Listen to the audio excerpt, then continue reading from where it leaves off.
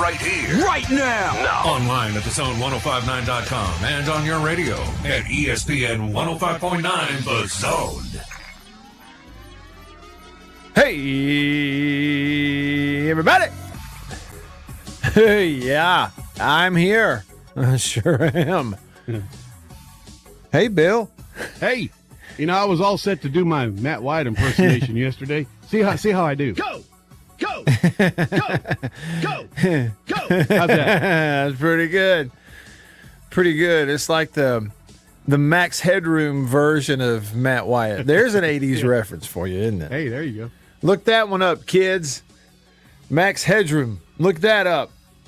You'll see why I brought that up. Well, yeah, here I am. Large and in charge and connected to you after I had a failure of connection here at the studio at the Wyatt Hacienda in the Farm Bureau Insurance Studio. Farm Bureau, go with the home team. And thank goodness C Spire is going to be here on Thursday installing C Spire fiber. No more issues after that. Hallelujah. Yeah, welcome in. Good to be here. And I'll be honest, I had a bunch of stuff that we needed to get into yesterday on Reaction Monday, and it all got cut short. And so we will pick up some of that today because it's mine and Bill's show, and we can do what we want. Sort of, until Annabeth gets here, and then we do what she says. She may come by later. We'll see if that works out. But thank goodness y'all are here. We'll have a show because you're here. Appreciate you tuning in and being a part of it. And I have a question for you. Which SEC team has played the toughest 2-game stretch to start the season? 2-game stretch, toughest. Now, there's two different ways you could look at that. Okay? Two different ways you could look at it. One is it could be, they have one really tough opponent, therefore the other one doesn't really matter, and it, swings it one way or the other. Like, in other words, you're looking at two opponents, but one can weight the whole thing or vice versa. You could look at it that way. But another way could be average it out. Like, what if you were to take the average, even if you placed a strength on every opponent, okay, and everybody's played two. So what's everybody's 2-game strength average of their opponents? The opponent's strength average. That's another way to look at it, and that would be a little more analytical. But you get what I'm saying. There's a couple different ways to look at it, but I just think this early in the season, everybody's got 2 games under their belt, and you go, okay, well, who's had the toughest 2-game stretch? Because they're not all equal. All right, and it spins you off into these different conversations. For example, Auburn's probably had the easiest 2-game stretch, but they've scored 60 points in each one. I mean, I don't care who you play. There are some offenses out there that could go out against their scout team and not score 60 points, really, because they can't execute that well. So anyway, that's what I'm talking about. All right, and I'm going to get to your answers. I put it out there on Twitter, and then a little visual so everybody could see it on Twitter also. It's like a column that stacked it all up. You could see everybody's 2-game opponents. And I've got some answers coming through on Twitter also, so I'll kind of tell you what came in on there. So, yeah, your comments on the live stream, Facebook, YouTube, Periscope, y'all type them in, hit comment, and I'll see it all in one place right there. And then shoot me a text on the Country Pleasing text line. Country Pleasing sausage on grocery store shelves throughout the Southeast. It is the best sausage, hands down. It ain't close. Pick it up at your local grocery store, get it in Walmart, all over the Southeast, or if you're even luckier and you're traveling down Highway 49, pop into Country Meat Packers, where Country Pleasing is made on Highway 49 in Florence, Mississippi. Yeah, text me, 885-ESPN. It's a 601 number, 885-ESPN or 885-3776, or call me on the Davini phone. All right, it's 995-1059. It's a 601 number, 995-1059. Give me a call. Love to hear your voice today, and we'll get into it. And today is a little bit of a different show. Y'all know that I don't do a whole lot of interviews. Occasionally we do. Well, today is one of those occasions, and there will be several interviews in this show. I feel like it's a good time to do that as we're a couple of weeks into the college football season. So we'll hit a couple of, actually 3 different spots in the SEC that are near and dear to us. And so that's all coming up in today's show. All right. No, and I'm not talking about the opponents as it relates to who they played. Okay, I'm just talking about the opponents themselves. Who is the toughest? Now, before I even get into these answers, we're going to talk about this right now. I just want to say, Roshana, you put in here on Facebook, you said prayers for Tyree Phillips, former Mississippi State offensive lineman, a kid from Mississippi. Let me know. I don't know what the story is there, Roshana. I don't know what's going on or why you mentioned that. So I'd like to know if you'd send me the details on Facebook there. Help me out on what's going on with Tyree and why he would need special prayers at this time. Let me know. Okay. All right. So who's played the toughest 2-game stretch?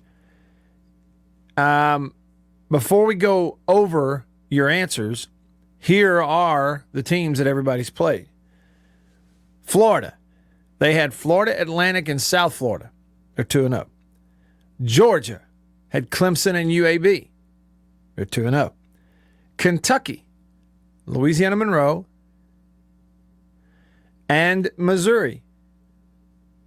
They're 2-0. Conversely, Missouri, Central Michigan, and then at Kentucky, and they are 1-1.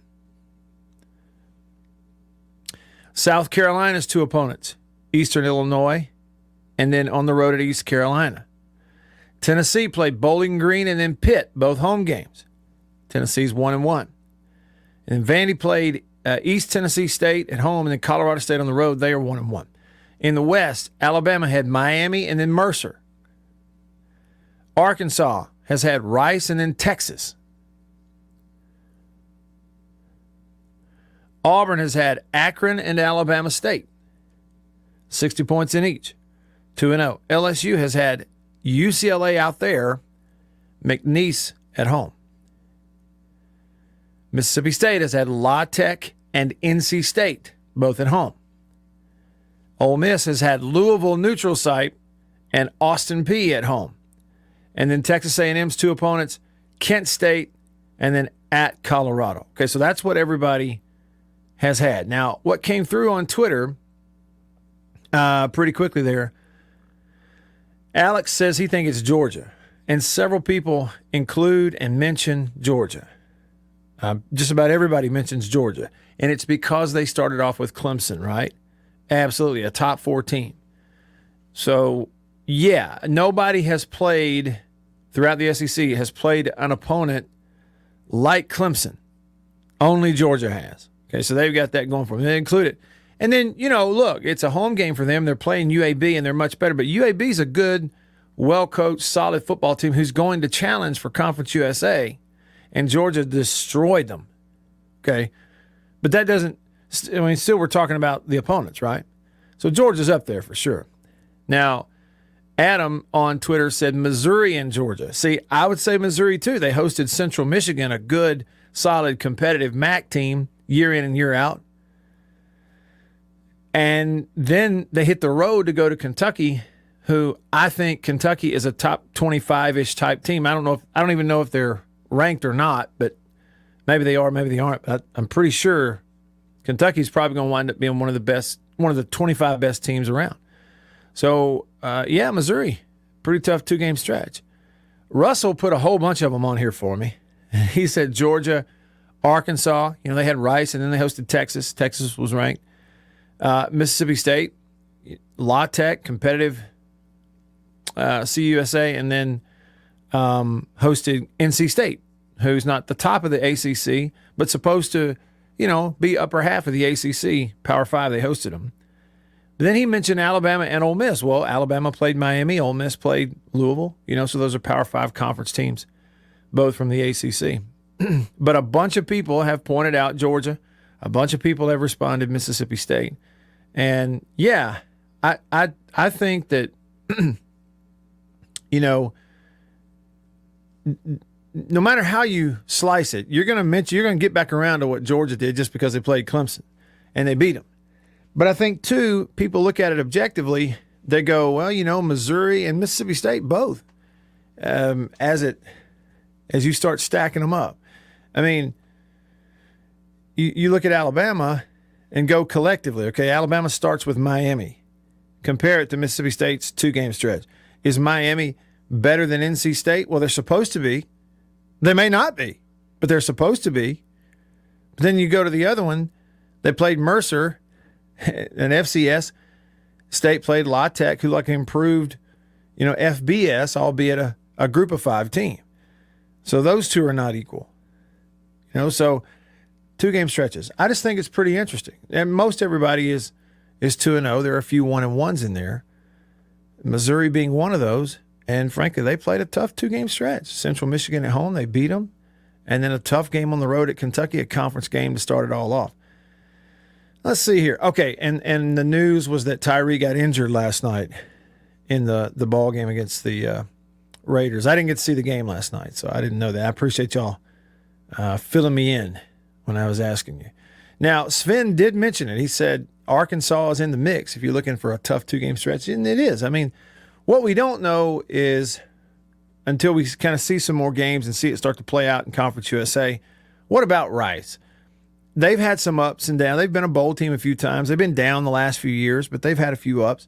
Maybe this is an up. Maybe they're going to have a better team. They were pretty competitive with Arkansas in that first week. And then here in comes Texas, and Arkansas just cleans their clock. See, Jimmy thinks Arkansas and Missouri the toughest so far. See, Missouri, yeah.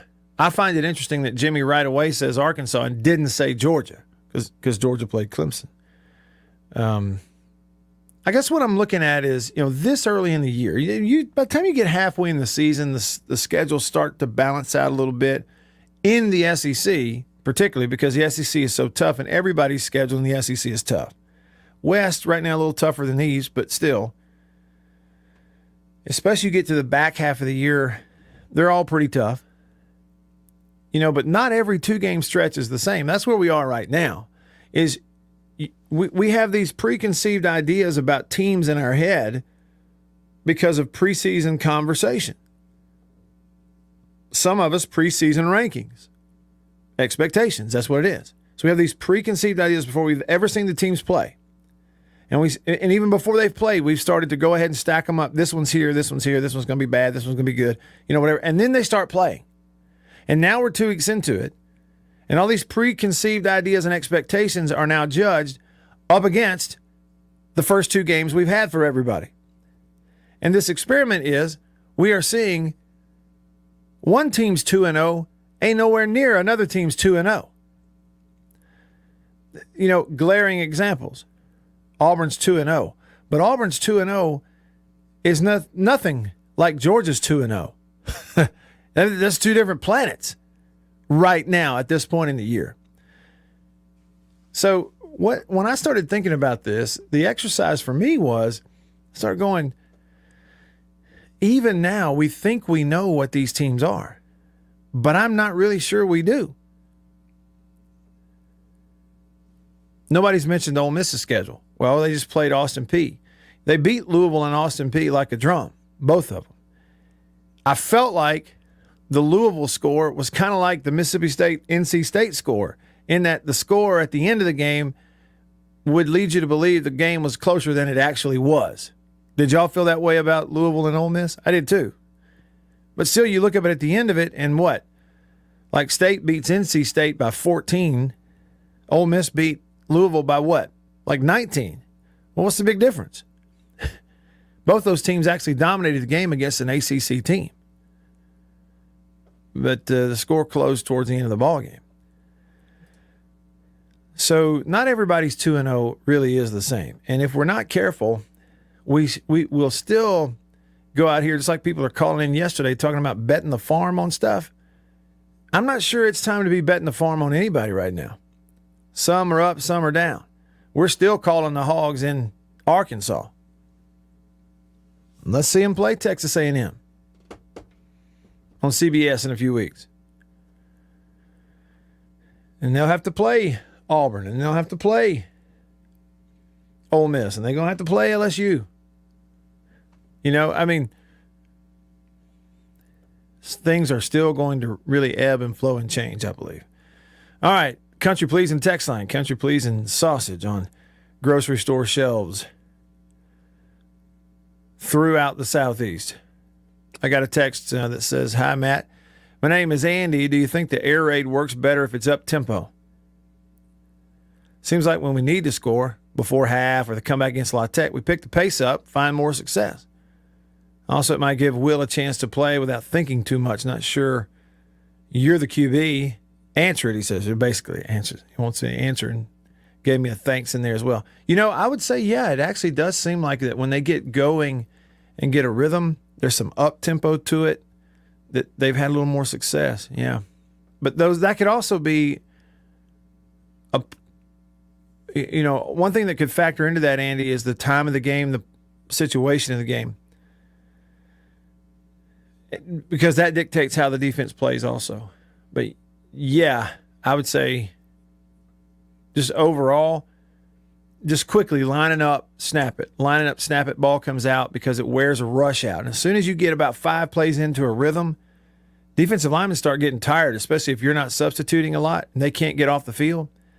All it takes is get them going about 5 times in a row quickly, and they're breathing hard. And now you can put something together. As fans and as media and analysts as well, it really bugs me when analysts, we forget, because we played, and we ought to remember that the conditioning part of it is a huge part of the game. And that's why teams do that hurry-up RPO stuff. You wear them out. That's why anybody that's ever run the hurry-up, no-huddle RPO type offenses, they'll tell you a reason they do it a lot of times is because they have different terms for it. I heard one coach say, sometimes it helps us to hide our offensive line a little bit. Like, we don't have a great offensive line talent-wise, but we can keep that defensive front off balance by going fast, and after 4 plays, if we can stay on the field 4 plays, we get them worn out. Now we can block them better because they're tired, and it takes them a rest on the sideline to get their juice back. That's a big part of the game. Denzel texted the show. He said, a couple of things I learned from Monday Night Football. 1, Darren Waller is the clear number 2 tight end in the NFL. He's big time. Number 2, the Ravens' fourth quarter defense was terrible. And number 3, he said Eli hates penalties on the offensive side of the ball. 4, I can hear Peyton Manning talk ball all day long. You enjoyed that, Denzel? I didn't get to see it. And I actually, until you text me that, I'd totally forgotten that they were doing that. How was it? So you watched it. I'm sure other people did as well. And what was it like? You're actually watching the game, but you're hearing Peyton and Eli talk about it and stuff? I'm curious to know. I didn't get to see it. Wondering if you enjoyed that. I'd totally forgotten about it. If I'd have remembered it last night, I'd have figured out a way to turn it on. Barney, he texts the show. Bulldog Barney says, "Hey, Matt, I was asked this by an Alabama fan. Hypothetically, would Mississippi State trade the baseball national championship for a football national championship?" He says he bet that we would. I told him I would poll the Dog Nation. Well, it's kind of a tough question there because you don't really want to consider having to give up your baseball title. I think that's the way most State fans are, which nobody, certainly an Alabama fan or really most college fans, wouldn't be able to understand that. They wouldn't be able to empathize with why a State fan would feel that way. But you'd kind of have to be a State fan to understand why baseball would mean that much to you. And the only way I could answer it, Bulldog Barney, is there's just no question that in terms of like financially and everything else, the football championship is more valuable to that bottom line and everything else. There's just no doubt about that. But as a dyed-in-the-wool State fan, you can't really get into that conversation because you just can't. You can't, in your heart, allow yourself to consider letting go of your baseball national title. You just can't let it go. What you got to do is turn that around and ask Alabama fans the same question.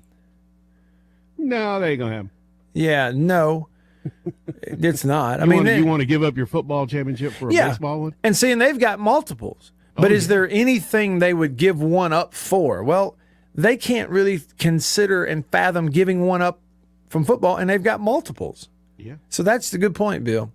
You know, when you're looking at it through the maroon shaded glasses, you can't get to a point that allows you to go, okay, yeah, I'll give it up. I'll give up the title. Especially for those that attended the thing. Because I'm just telling you, it was an experience unlike anything I've ever experienced. Let's ask Dak. He had a good time, didn't he? He had a really good time there, yeah. He had a good time, or at least it appeared that way. Barney responded. He said, I told him, heck no, we wouldn't trade it. He said the football prestige is much higher. He's right and you're right.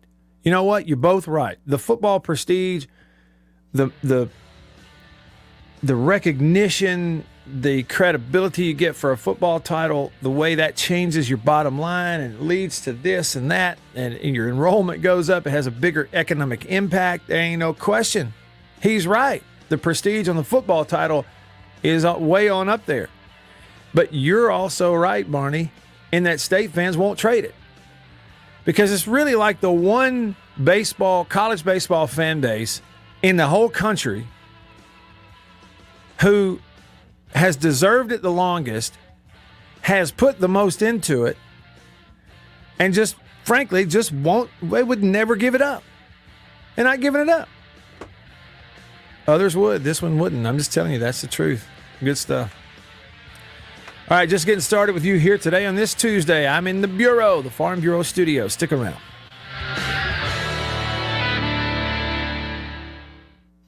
There's a lot of noise when... After these messages, we'll be right back. For double enjoyment, reach for Beech Nut Peppermint Gum. It sparkles your smile, your breath, your whole sense of enjoyment. Beech Nut Peppermint in the familiar yellow pack. Jeans do come true.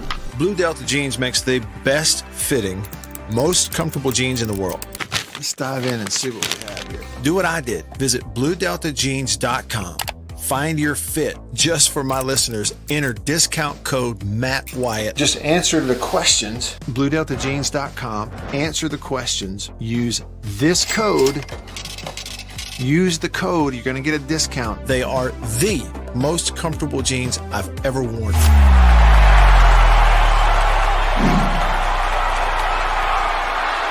Farm Bureau Insurance stands ready to provide financial relief to our communities in this time of crisis. This includes a one-time credit to all personal auto policyholders, a donation of $500,000 to the Mississippi Food Network, and additional payment options for those hit the hardest, all while continuing to service customer claims as well. But this is the time to go above and beyond. These are a few ways we're keeping the Farm Bureau promise. To learn more, talk to your agent or visit us online. Go with the home team.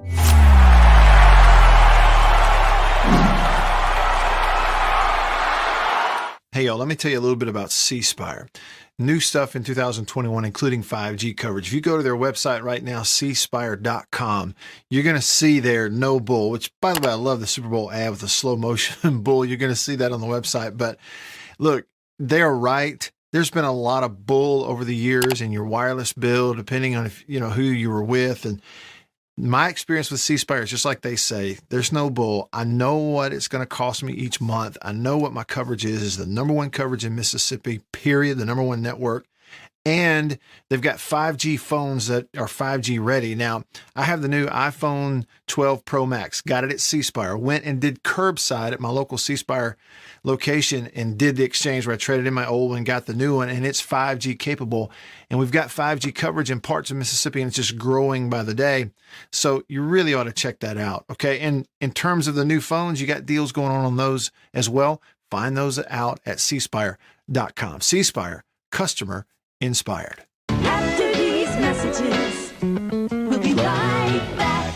Every farmer understands their farm can't thrive without some good partners like sun, soil, and rain. And farmers in North Mississippi also rely on another important partner, Mississippi Land Bank, because land and farm financing are Mississippi Land Bank's primary focus.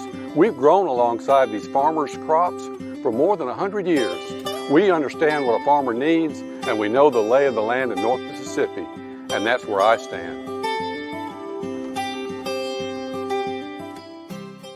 A lot of people in the equipment world, things kind of go in trends, I guess, if you want to say it. So kind of the first big thing that we look at when we start evaluating our business is going to be our turf equipment. That's kind of the first big push, because once everything, the water dries up and the grass starts growing, this is what everybody's looking to get. We carry the new Wright stand-up mower. Doesn't look like much, but this thing is, and it costs just as much as zero turn. Not a cheap unit at all. Now to get back to our little talk. Right here on the Matt Wyatt Show.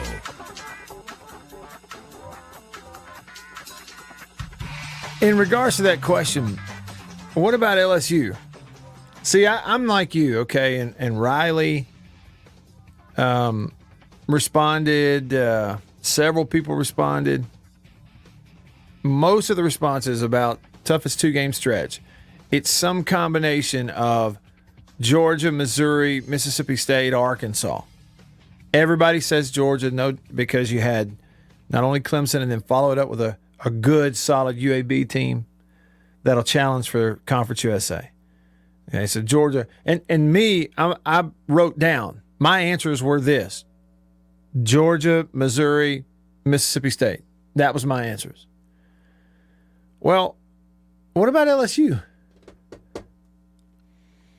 I mean, do you consider that schedule that they played, 2-game stretch, sort of in the mix? They got all these other issues, I know it. But it's UCLA on the road, okay, and then come home and play McNeese. I'm saying, look at it objectively if you didn't know who it was. Compare something like, just compare their two, road game UCLA, home game McNeese, to Mississippi State, who had home game La Tech, home game NC State. Y'all hear Champ the Wonder Schnauzer? He's after somebody. I think he's about to tear up the FedEx man over there if they ring the doorbell one more time. Get him! Get him, Champ!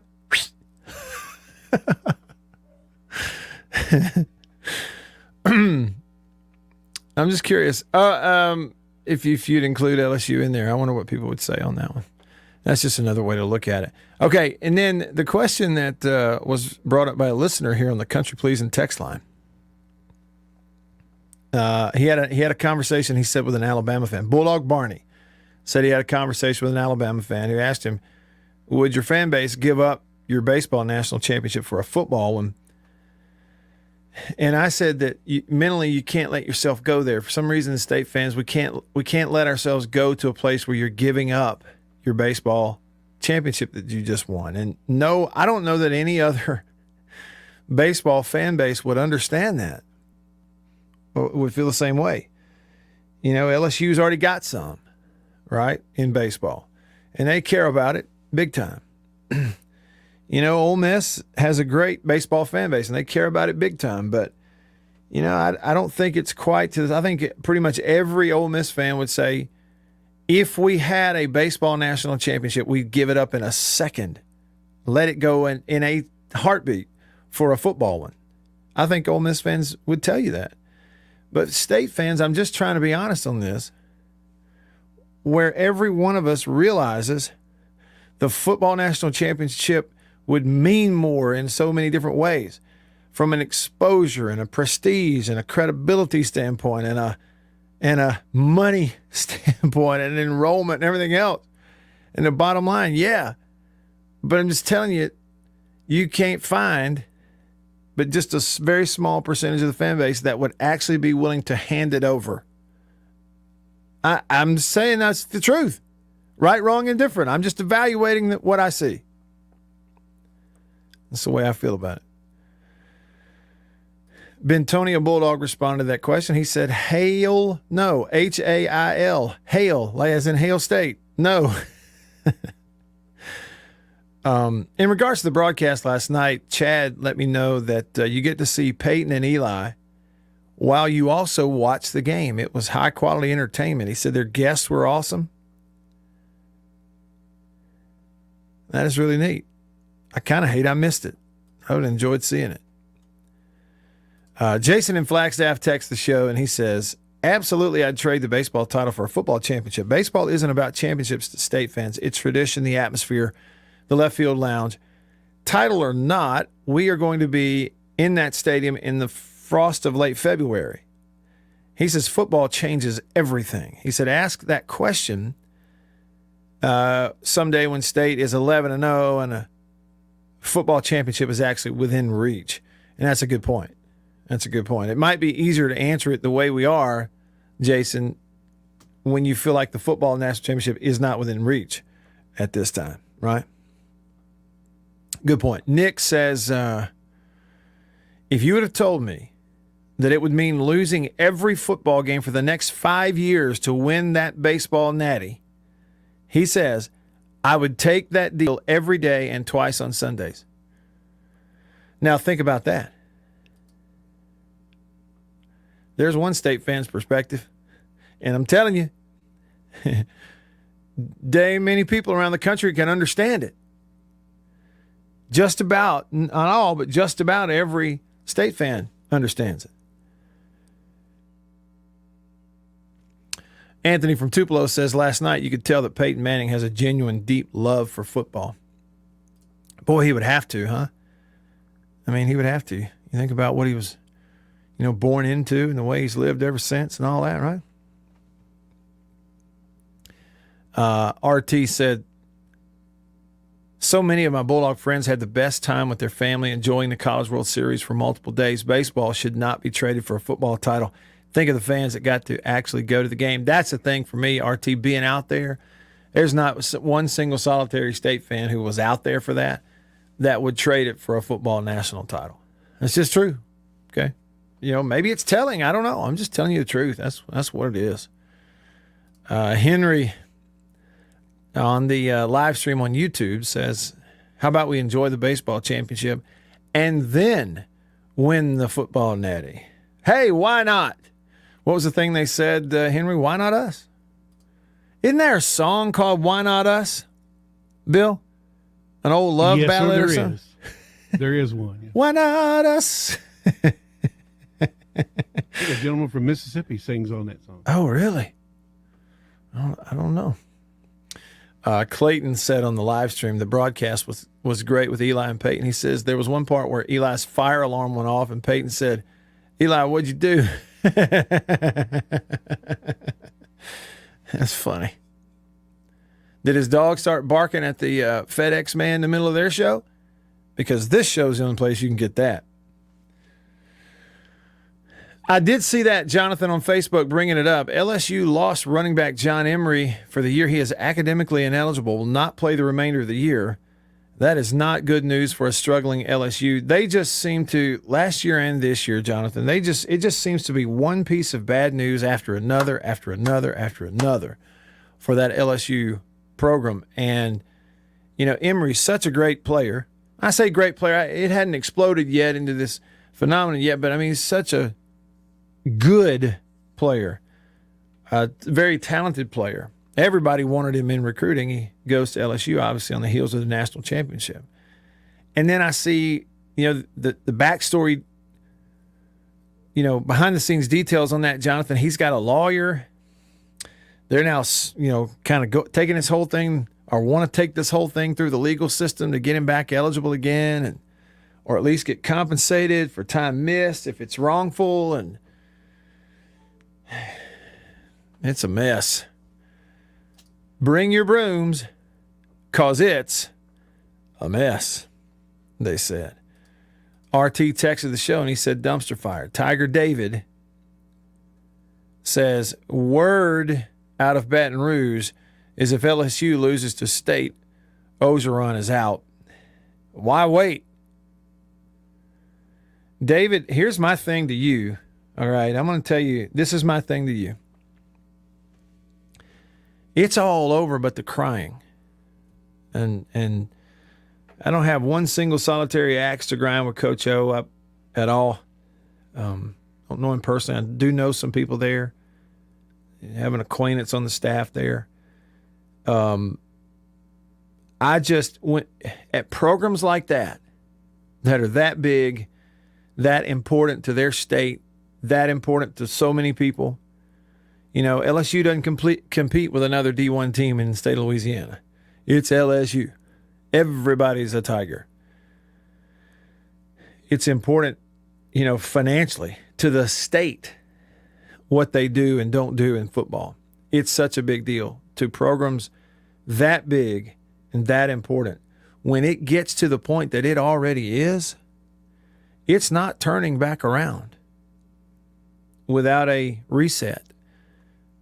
Okay, and that's not me trying to project some losing idea and purport some negativity and hoping that it'll catch fire and I'll have some sort of, you know, part in, you know, their program going down and then state can beat them more, or state and Ole Miss and everybody else can beat them more. What I'm telling you is, I mean, can you name it? Name the times. And let's put that program in the class where it is with programs like USC, Alabama, Florida. I mean, Tennessee used to be there. I don't even know that they're there anymore. Some others, okay? I mean, the upper echelon of college football, the Oklahomas, the Texases. That's where LSU is. And when they get to the point they are right now, now I know you're only 2 games into the year and they just won. And they're down there coaching their fannies off trying to get ready to play football games. That's all they can do, okay? And they will still beat people in SEC games this year. They're just that talented at LSU. But they are an organizational mess. Injuries, okay, and that they can't control. So injuries have made them thin at quarterback. Now academic stuff has made them thin everywhere else. Now they are thinner at running back. And it's this plume of negative smoke that continues to just billow week in and week out and day out, and they're trying their best to coach and hold it together in the middle of it. But my thing is, you've never seen a program that level get to this point and throw the brakes on the negativity and turn that train and get that train going back uphill without a complete reset. You have not seen it. And I don't think you're going to see it this time either. It's not a matter of if, it's just a matter of when. Whether it's before the state game or after it. Just one man's opinion. We'll talk with Charlie Winfield coming up next. Stick around.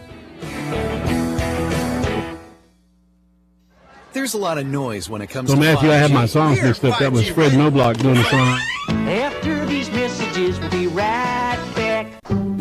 Arrived today. Jeans do come true. Thank you, Blue Delta. Yeah, jeans do come true. That's what the bag says. Blue Delta Jeans makes the best fitting, most comfortable jeans in the world because they are uniquely made for you and only you. Raw denim jeans, custom fit, hand tailored in Tupelo, Mississippi, my hometown. Let's dive in and see what we have here. Do what I did. Visit BlueDeltaJeans.com.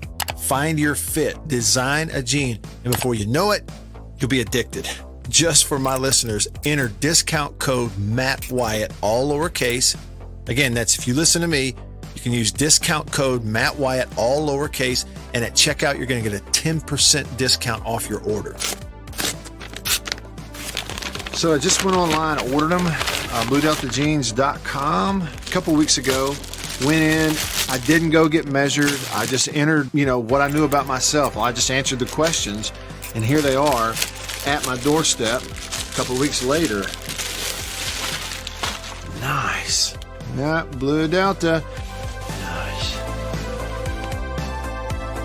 I'm happy. I've known the Blue Delta team for years, and I'm thrilled to have these guys on as a sponsor of this show. Blue Delta's Virtual Tailor is a fun and easy way to get yourself into the best fitting pair of jeans you're ever going to own.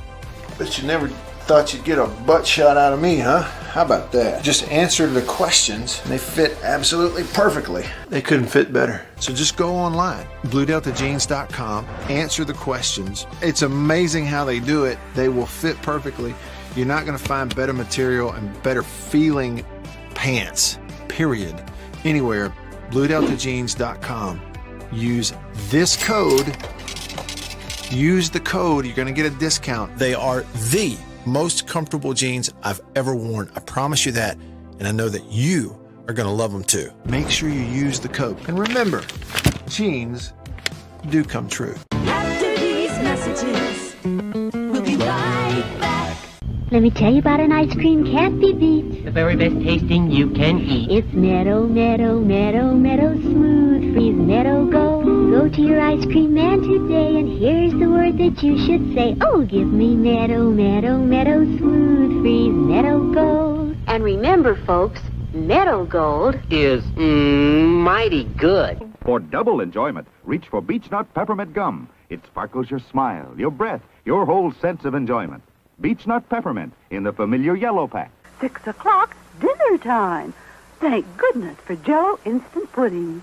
Yes, thank goodness for Jell-O Instant Pudding. The terrific busy day dessert you can make at the very last minute. See how quick and easy. Just add it to cold milk and beat it up. That's all. By the time you're ready to eat it, it's all ready for you. Jell-O Instant Pudding, made by the famous Jell-O folks. So creamy, so nourishing, so delicious. No other instant pudding is quite the same. Stock your shelves with all 7 flavors. The good busy day dessert. Jell-O Instant Pudding.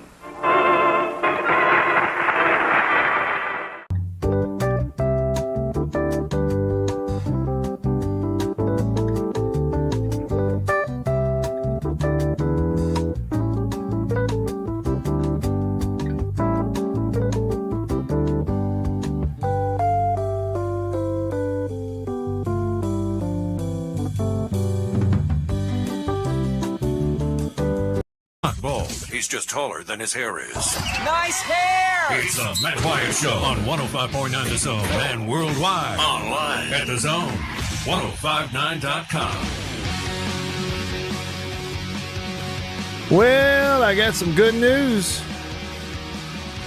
That ring of the doorbell earlier that got my dog Champ the Wonder Schnauzer, got him all riled up. He started barking on the radio. That was not a delivery man. That was some C Spire people out here starting to dig holes. They're bringing the fiber to my house. Yay! Woohoo! It ain't a matter of when, if it's a matter of when. Like that Can monkey. I get an amen? Amen. Amen. It's like that monkey who sat his tail on a railroad track. It will not be long now. I think we need a tune from Iron Butterfly. Yeah. Well, more on that in a bit. I'm connected now. I'll be connected stronger later, but we are connected. And right now on the Davini phone, the Davini Equipment phone line, Davini Equipment in Madison and in Jackson, your Kubota dealer, the oldest Kubota dealer in the U.S. It means they've been doing it better, longer than anyone else right here at Davini. On the phone is Charlie Winfield. You can hear him on the pregame, postgame shows for Mississippi State football on the Bulldog radio network from Learfield. And you also hear him. He's half, I almost said better half, of the Out of Left Field podcast with Bart Gregory. Charlie, better half, that okay? Better half of the podcast? Well, I'll certainly go with it. Yeah, I figured you'd be all right with that. Hey, how you doing on a Tuesday? How you feeling about what you saw on Saturday night after a couple of days to let it soak in? I actually feel pretty good, and I know sometimes it's popular as a sports fan now to find the dark lining of every cloud, I guess. And I'm not even an optimist by personality, but, you know, I go back and you look, you're 2-0. You beat a quality program. How good they'll be in the ACC, I don't know. I kind of think they'll be in the top third of the league. But, look, it hasn't been that many years since you see a team like that on your schedule coming to Starkville, and you think, boy, this is going to be a tough one. And I like the fact that you can, you know, it's a 2-touchdown win in the books, but that was a game that Mississippi State dominated, even with problems. Right. And the good thing is you look at the problems, they're correctable. There's a lot of little things that could have swung that game. I'll say this. If we replayed that game, it would be much more likely that Mississippi State wins it by more, not less. Mm-hmm. I think you're exactly right. And Charlie, 2 weeks, 2 games in the books also. What's kind of your overall thoughts on what you've seen from Will Rogers at quarterback? I think there's a couple of things that I suppose I take a little bit of issue with, just kind of generally in the world today. I think I may have said this to you before, Matt, but I feel like we've all become that Troy Aikman. You know, Mississippi State fans love to complain about Troy Aikman evaluating Dak Prescott because you feel like he dwells on the passes he misses, not the ones he hits. And it's kind of like I say with a stockbroker, you've got to grade the whole portfolio, not every individual trade. Some stocks are going up, some are going down. But what's the overall result? Look, there are clearly some throws that he missed in that ball game. There's no way around that. He absolutely did.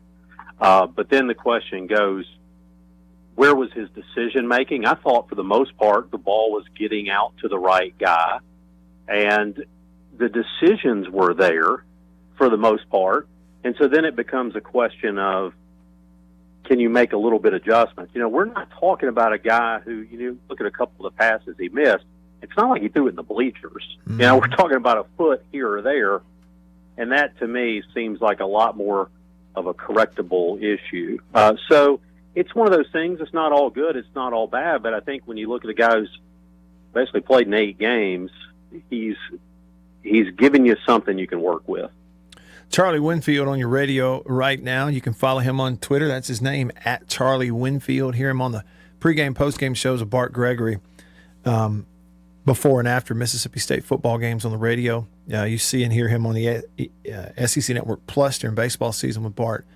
And we're talking football right now. So, Charlie, that's it. It's like, in the first week, Will goes and completes, I think it's 83%.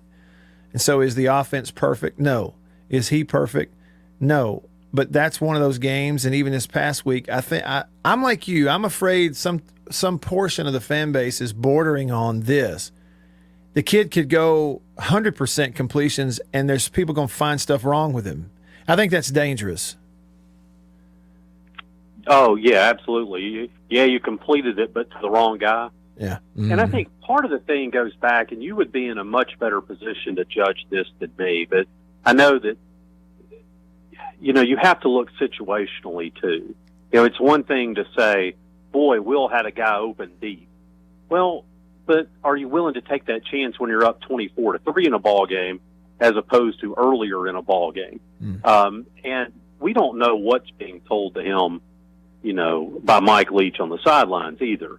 And so a lot of times we tend to, as fans, say, boy, you missed that guy.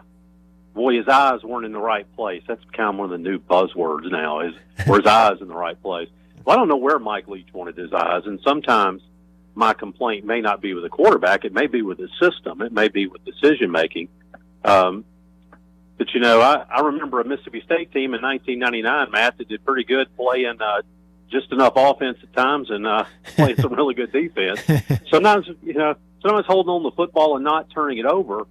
If you look at Pro Football Focus, and you can take or leave it, is what you think of individual play analysis. But those guys last week said he threw 0 interceptable passes. Maybe it was 1, maybe it was 2, but the bottom line is we kind of took care of the football. I'll tell you what. 0 interceptable passes. Even in a practice, let alone a ball game, let me just say I'll be the first to respect that, okay? I'm not even sure I know what that feels like, so I tip my cap to it. Charlie, I'm trying to think of the right word, the way to word this one. Are you nervous at all about this game this weekend in Memphis? Yeah, a little bit, but that's just my nature. I was spending some time looking at it. It's interesting, some of the similarities. You look at the guy that's been pressed into service at quarterback for Memphis this year, Seth Hennigan. He's a freshman. He's out of Texas. Denton Ryan. And Denton, not that far from Dallas. And they play some good football out there. But you start to look at similarities. So you got a kid who's a 3-star prospect, who played for his dad, who was his coach, who threw the ball a ton in high school, what they do in Texas now, who won a lot of games in Texas, And now all of a sudden playing as a freshman. And by the way, then you start to look at pass distributions. He's only thrown 7 passes more than 20 yards this season, not many in the mid-range. Kind of similar to what Mississippi State is looking at, with their play. You got to coach his kid who doesn't throw it deep that often, but when he does, is pretty successful, and that's it with Hennigan. So, yeah, a little bit nervous, but this Memphis team is unproven, too. They got a redshirt freshman running back who had like 4 carries last year. You got a freshman quarterback, and they're giving up a running ton of points. And you say, what's the difference maker here? You have to feel a little bit like it's Mississippi State's defense. Yeah. And the physicality, I wonder if you feel the same way, Charlie. I just feel like State was so much more physical for 4 solid quarters than NC State.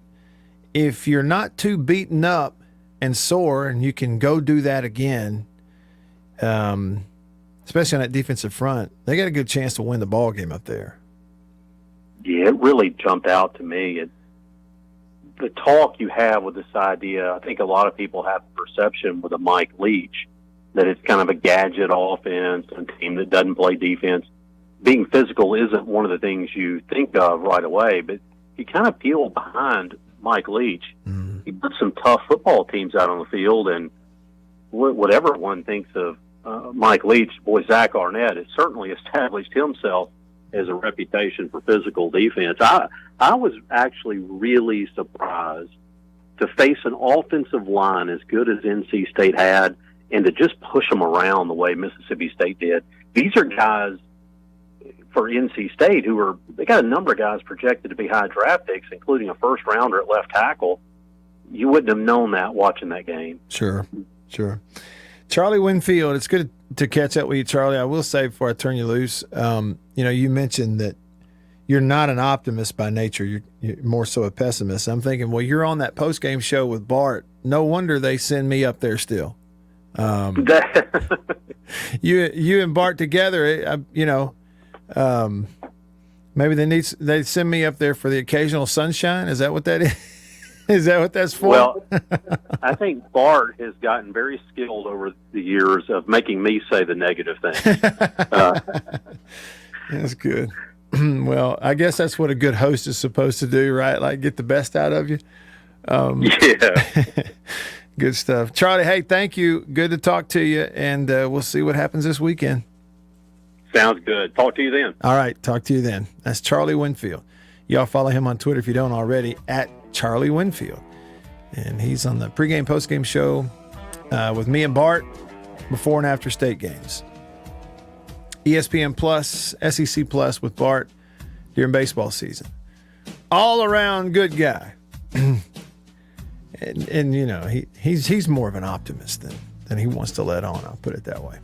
All right, that'll wrap up hour 1. When we start hour 2, I get a chance to talk with a longtime friend, Brett Norsworthy, who talks about Ole Miss on the weekends on their radio network. And he talks Memphis as well. He's on the radio in Memphis every day. And so we'll catch up with Brett, get a little preview of the game this weekend in Memphis, talk a little Rebels for you also. That's all coming up in hour 2 in the Bureau, the Farm Bureau Insurance Studio. Stick around.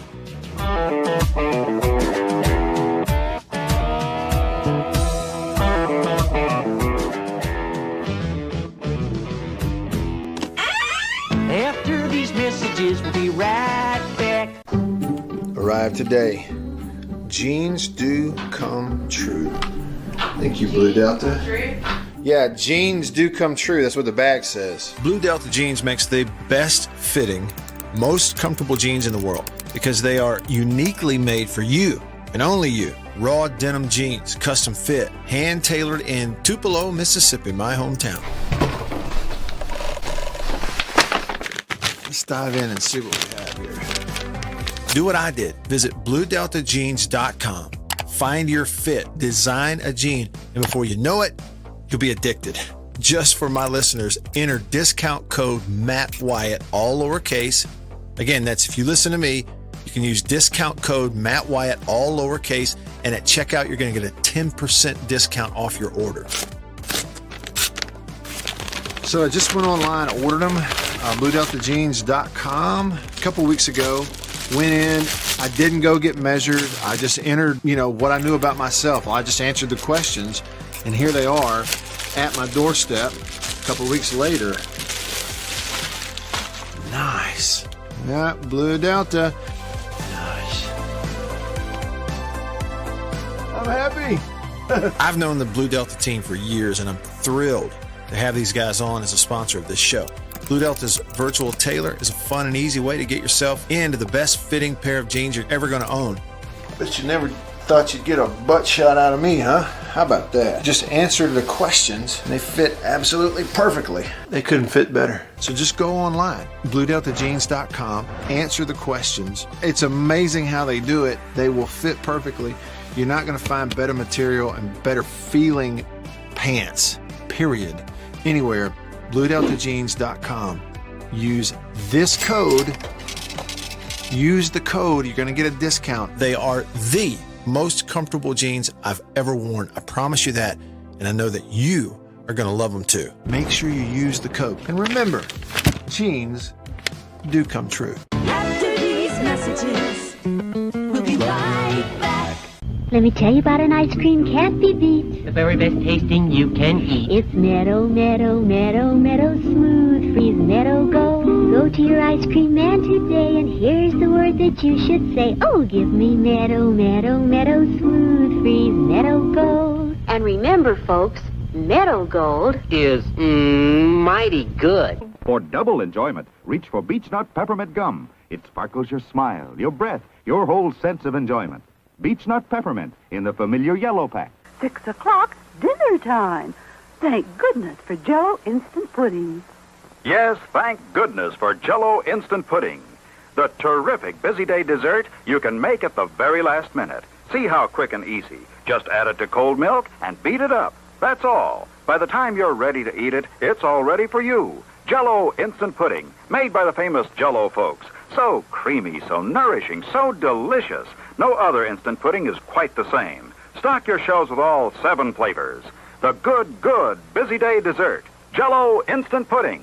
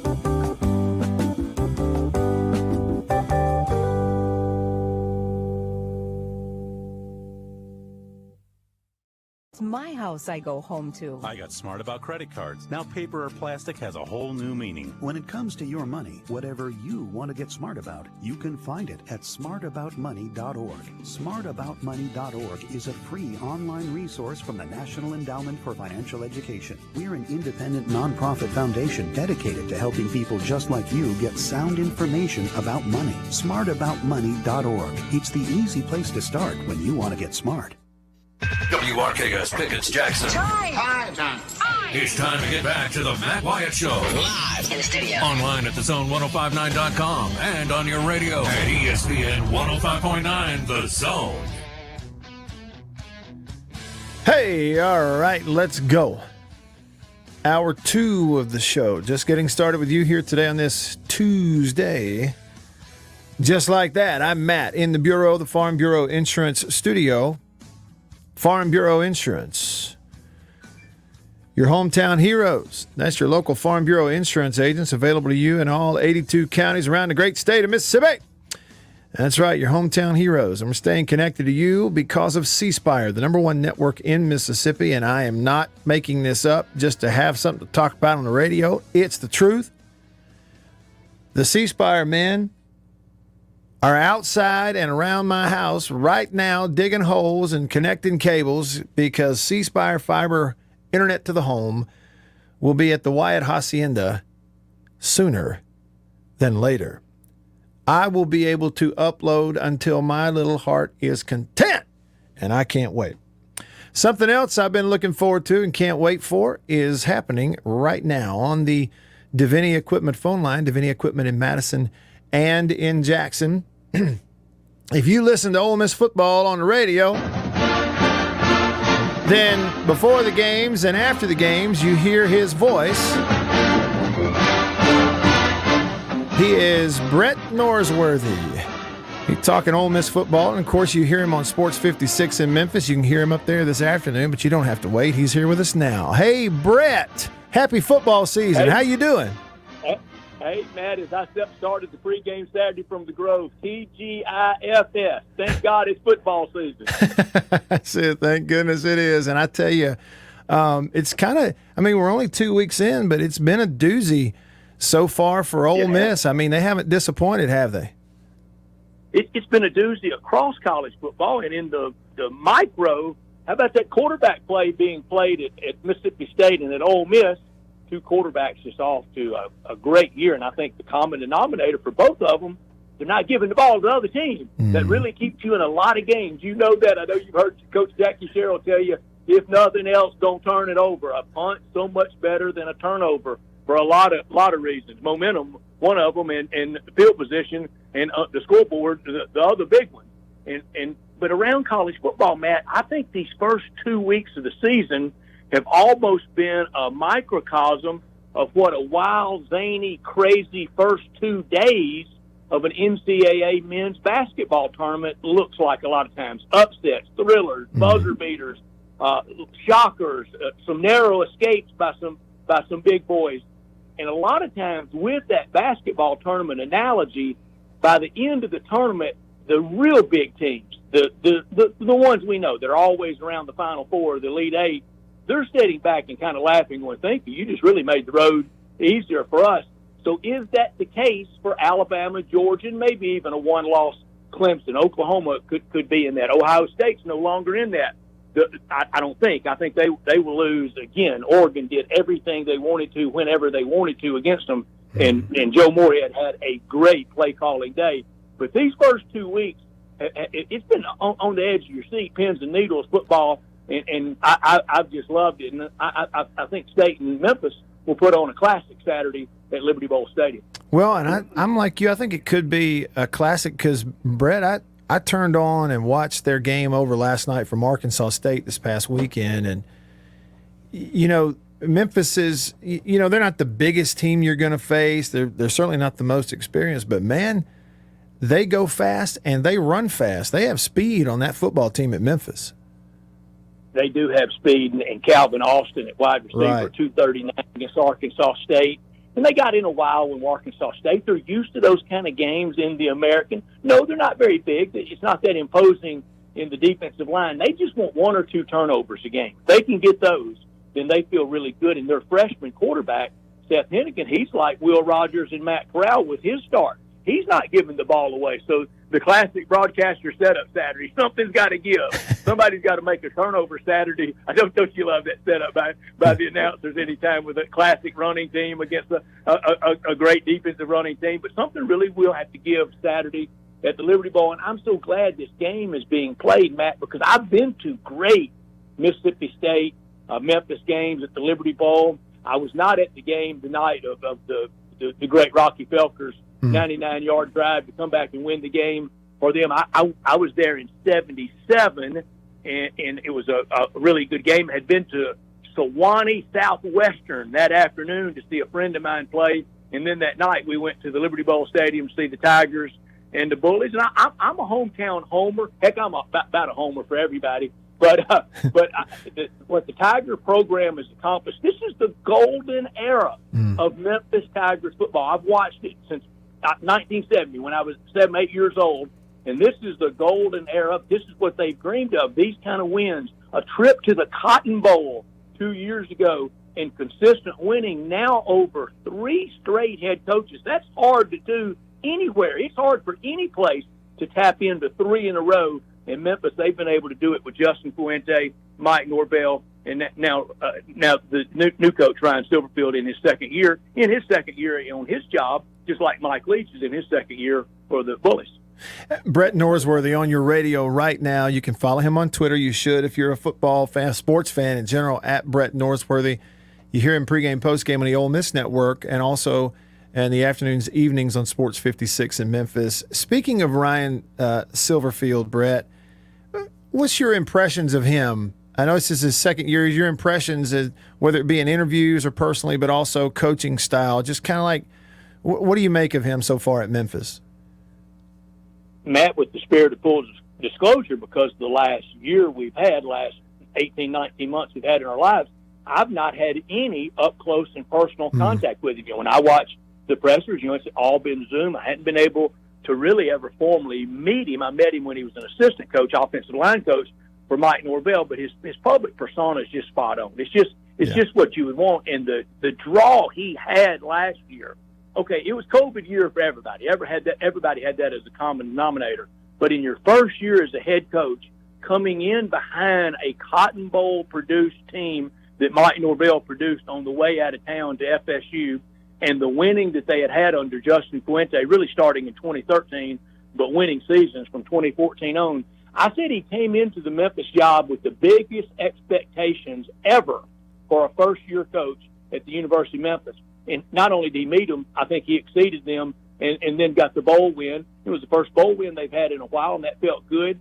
I told all my Tiger friends, you'll like the bowls a lot more when you win them. There's nothing more fun than coming home from a bowl, and I don't care if it's the XYZ Poulan Bowl. If you come home from a bowl game and you've won, you can't wait until next year starts. Yeah, that's a really good point. Makes all the difference in the world in that offseason, that momentum, everything else. Brett Norsworthy on your radio right now. Brett, shift the conversation back to Oxford. 2-0 Ole Miss, beat up on 2 opponents, made short work of either. And Matt Corral is as advertised, but here comes Tulane. I saw the quote yesterday from Lane Kiffin. It said, this is an SEC team, okay? And they went to Oklahoma and did their best to prove it. What, when you glance at this matchup, is this another one for Ole Miss going away, or is this one of those where be careful looking past it? It's the best team Ole Miss has played so far this year at every position, and that almost upset they pulled at Norman. We'll never know, Matt. We'll never know.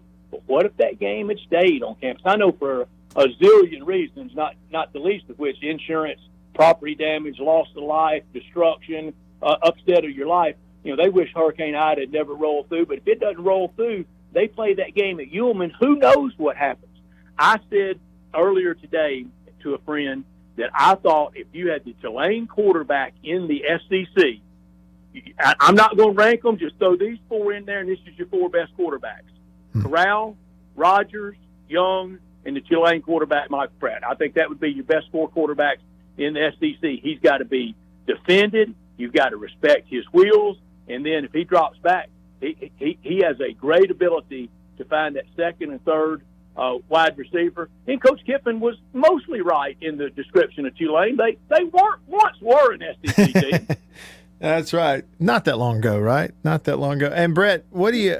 Not in my lifetime they were, Matt. That's how old I am. In other words, not that long ago. That's what I meant, Brett. That's right. That's right. Based on that synopsis, are you we're not predicting, but going into the game, am I hearing you right? You wouldn't be surprised if it was a high-scoring game?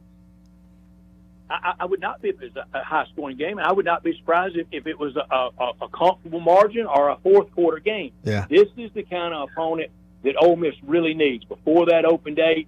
And right now, you want to just really get some different looks if you mention the A word, the Alabama game right now. Everything is all in on the T word, Tulane, Saturday night, 7 o'clock, prime time. Not just because that's the next opponent, it's because Willie Fritz's program has earned it. A lot like what the three straight coaches at Memphis, what they've been able to do. Well, it's just one straight coach at Tulane because he got, one of the more untenable positions in all of sport, taking over that because it's really hard for Tulane. I know we don't have a morning sports page anymore like I still want and I was used to. Yeah. But if we did, it's tough for Tulane to get on that front page. You got the Saints, you got LSU, you even have the NBA influence. Of course, the rest of the NFL influence around the Saints. And Willie Fritz has been able to distinguish himself, and I think that's quite an accomplishment. And he's a tough guy. I think Willie Fritz and Sam Pittman were college teammates at Pittsburgh State with Dennis Franchione as coach in the early 80s. I think I'm right on that. Good grief. There's a story for somebody. I mean, that file that under what a tangled web we weave. All three of those guys are tough guys, though. Oh, yeah. All three of those guys are tough nuts. I mean, Dennis Fran was, and we know Sam Pittman and Willie Fritz are tough guys. Yeah, no question about it. Hey, and Brett, I thought I would tell you this too. So, my wife, I call her the homecoming queen. She's Ole Miss homecoming queen. Yeah, in 01. for a reason she is. Yeah, it's just right. She's the real deal. And I have found in recent radio shows where she has joined me on the radio that her two favorite celebrities / athletes are, number one, Dolph Lundgren. Okay, she compared Tom Brady to the Russian, and then in Rocky, and then we found out really she likes the guy. Okay, and that's fine. And number two, John Rice Plumlee. I've gotten to a point in my life where I am okay. I am comfortable enough in my own skin. I do not feel threatened. Our relationship is strong. But I think I would be remiss on her behalf if I didn't ask you about this year and John Rice Plumlee and how he's being used on that football team and what you make of it.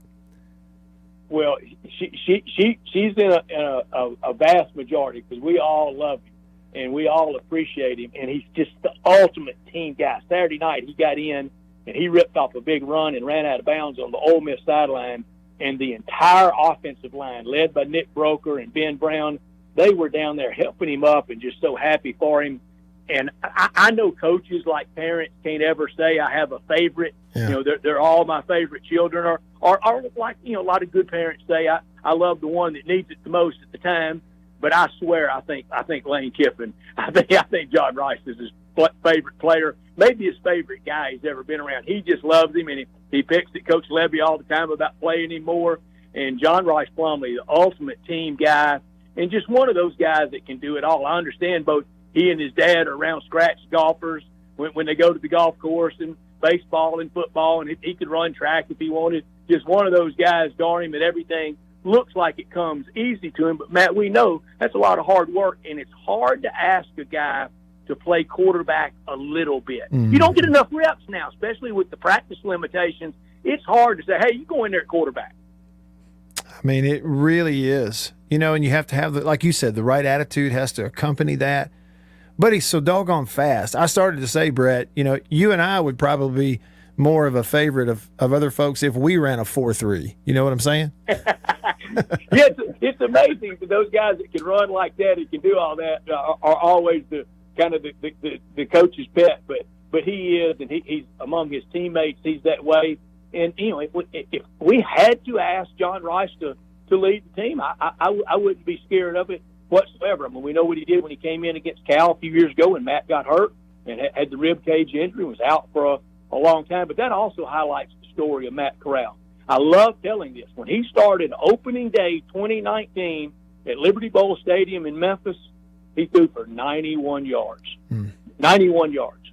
Look how far he's come. Yeah, no doubt about it. And still there and helping them win ball games. So, you got to have guys like that on your football team. Brett Norsworthy on your radio right now. Brett, this is something else that came up earlier in the show, and I'm really curious to hear your thoughts.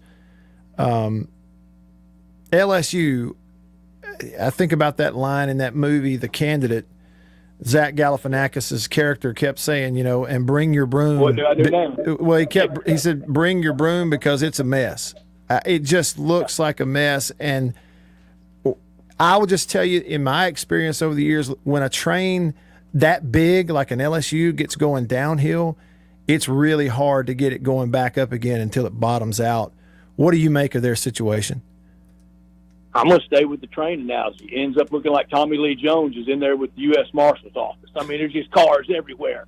It's just hard to get it back on track and online. It always, even in the best of times, it felt volatile. It's always volatile around Ed Orgeron. We know that in Mississippi. Yeah. It's always a little bit of an eggshell existence with him. Never been a coordinator. Was really a strength and conditioning guy, recruiting guy, D-line guy, never a coordinator. And then he tapped into Joe Burrow and those coordinators around him, Aranda, Berry, et cetera, Insminger, and all the cast of characters. All the King's horses and all the King's men propped him up for that classic year. And then, he had to go out there and say he had called Alabama. You didn't catch anything with Alabama except for the Alabama expectations. That is a really good point. And, and too, Brett, looking back on it, this is a little projecting. The situation at LSU hasn't played out. I get that. But if it plays out like I think it's going to, do you think we're going to look back and go, okay, it turns out it was a telltale sign that after they had that phenomenal year with Brady calling plays and Burrow and their defense, that immediately those guys wanted to cash in on that. They all cashed in and left. They didn't want to stick around and try it again. That should have been maybe we should have paid attention to that, I guess is all I'm saying. Yeah, they all got out of Dodge, and you really couldn't blame them. There's always volatility. There's always upheaval around him, whether it's staff, there's always somebody else's fault. And it's just not that rock of assuredness that you want. And what's going to be really ugly, and everybody's trying to do this now, is they're going to try to find something in the fine print of the contract and not pay him all that money. And they're not going to be able to get away with that. They're going to have to pay every dime they can. People always find it. And then the coaching search for you have that open at the same time. USC has some big dominoes. Brett, is it black helicopter theory type stuff for me to look at USC's timing and go, all right, they knew what's about to happen at LSU. They figured they'd go ahead and open theirs up. Am I crazy for even thinking that? No, Matt, I don't. And I think both of them, keep this in mind. I'm not calling it for these jobs for either one if LSU did open. But for USC that is open, USC, they can almost go the Pete Carroll model again. Maybe not a head coach in the NFL, but a hot shot coordinator that's had head coaching experience in the NFL. I'm just going to name it, like a Josh McDaniels, for instance. USC, they can dream big. So can LSU, and it might not be a domino fall in the college coaching ranks. I know Ralph Russo wrote this morning that the only two hard-nosed out there in college coaching would be Nick Saban and Dabo Swinney. Everybody else would listen to opening bid from USC. But I even think there are some pro coaches that could do that, or a guy that just left the pros like a Bill O'Brien. Sure. Brett, really do appreciate your time. It's always a treat to catch up. We can get to hear your voice. I got like 2 minutes. So for those listening, it's a 3:00 game Saturday at Liberty Bowl Stadium in Memphis. And let's say they hit 55 and head north, and they're going to get in town in time to eat lunch early before going over to the stadium. Where should they go? There's only one spot for me. It's in the alley in downtown Memphis, the world-famous Rendezvous. Amen. Amen. We got it. Short and concise. Brett, thank you so much. Good to talk to you, and I'll see you soon. Matt, thank you. Be safe. All right, will do. Go eat some Rendezvous ribs, he says, or something else there if you don't like ribs. But he says go to Rendezvous pregame in Memphis. Yeah, 3:00 kick. So what? Go eat lunch 11:30. Take your time, then go park, ease on over to the stadium, get ready for kickoff. Good stuff. I always enjoy talking with Brett. You can hear him on Sports 56 in the afternoons. And then, of course, pregame, postgame on the Ole Miss Football Radio Network. Hey, I wanted to share this with y'all. This is from Corey, who was in on the Mississippi State Baseball Championship talk earlier. And he sent me a picture and this message. As a lifelong State fan, my dad was one of the original left field loungers. He would check me out early from school for midweek games. I'd hide in the hatchback of his Mustang when you could drive into the left field lounge. He dubbed himself Danny Baseball and had all his clothes monogrammed with it. He passed away in August of 2017. Never got to step foot in the new stadium. Missed out on the improbable run with Coach Henderson. Missed getting to see and hear Jim Ellis declare his Bulldogs as national champions in baseball, the sport he loved more than any other. For that reason alone, I would never trade our baseball natty for a football title. Picture of his grave in Kilmichael the day after they won, from Corey. And he sent me the picture, and there it is. The day after State won the championship, Corey went to his tombstone, to his gravesite, put down the Starkville Daily News with the national champions front page, a Coke Zero, that what it looks like to me must have been his favorite drink, and even had his wide brim hat, Mississippi State baseball logo hat that is embroidered with Danny Baseball draped over the tombstone. And it says, Daniel W. Littrell, SFC, U.S. Army, April 11th, 1950, August 20th, 2017. Corey, thank you so much for sharing that. Hope you all enjoyed the interview. We're just getting started here in hour number 2. Stick around.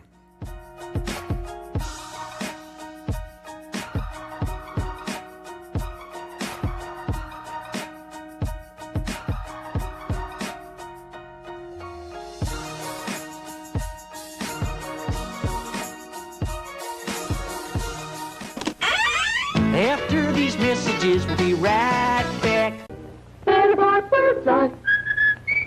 Better buy Birdseye. Yes, always look for this Birdseye Bird, your guarantee of top quality frozen food. And your big Birdseye buy this week is Birdseye Orange Juice. Easy, you can serve it in a minute. Thrifty, it will save you money. Orchard fresh and delicious. Better buy Birdseye. Better buy Birdseye. Now, if you know your oats and want to feel your oats and taste how good an oat cereal can be, well, you'll go for Cheerios. Great way to start the day with really great eating. That's Cheerios, one of the few foods made from oats. The tasty cereal grain everyone should have at breakfast. Crisp and golden as only a toasted oat cereal can be. And nourishing? Why, a Cheerios breakfast gives you the power protein that grown-ups need to help stay in trim and youngsters need to grow on. Toasted oat goodness, toasted oat flavor, a delicious power breakfast. That's Cheerios. Let me tell you about an ice cream can't be beat. The very best tasting you can eat. It's Meadow, Meadow, Meadow, Meadow Smooth Freeze Meadow Gold. Go to your ice cream man today, and here's the word that you should say. Oh, give me Meadow, Meadow, Meadow Smooth Freeze Meadow Gold. And remember, folks, Meadow Gold is mighty good. For double enjoyment, reach for Beech Nut Peppermint Gum. It sparkles your smile, your breath, your whole sense of enjoyment. Beech Nut Peppermint in the familiar yellow pack. 6 o'clock, dinner time.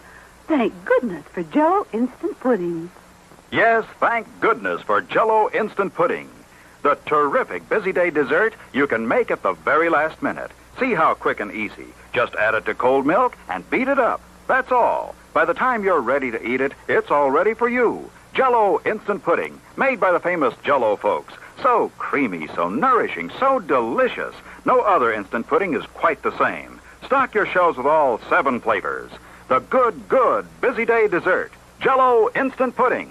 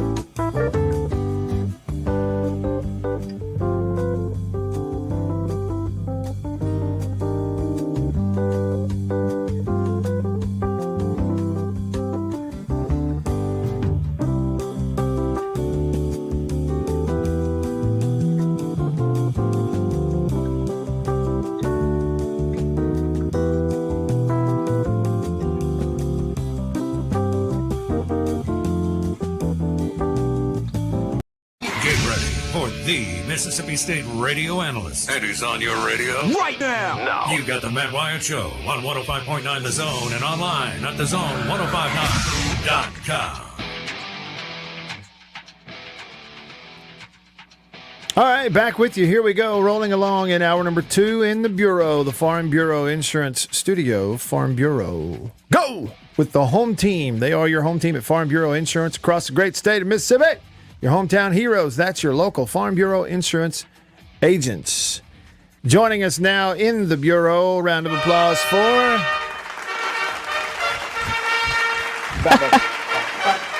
This is up a little loud, Matt. Oh, I'm sorry. I'm sorry. I turned Thanks, your... Bill. I turned Bill's your... quick. Bill's quick there with the music. He's got a quick trigger there on the applause. I got tickled in your opening. It says the analyst for Mississippi State University. I was like, well, okay. Yeah, you know what that is? The guy who creates those created them about 2 years ago for the radio station. It's great. And Jake kept sending me like, Matt, hey, send me what you want him to say.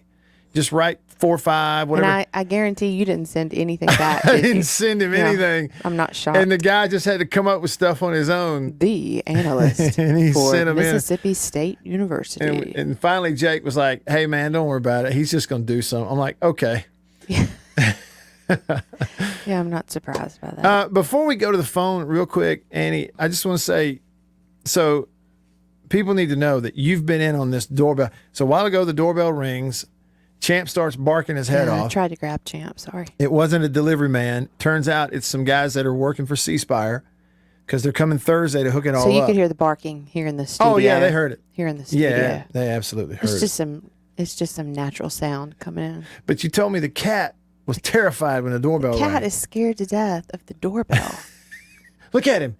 Look at him. Yeah, he brings toys He wherever just I came- sit. The cat just came walking in here and dropped 5 toys in the floor. Look, he's got a trail Yeah. of toys he's left. Wherever I go, he follow- at night he drops toys off on the side of the bed. Hey, he knows who's running the show around here. Well, he knows I saved him from the downtown alley of Tupelo. Yeah, Al the dumpster kitty. Don't call him that.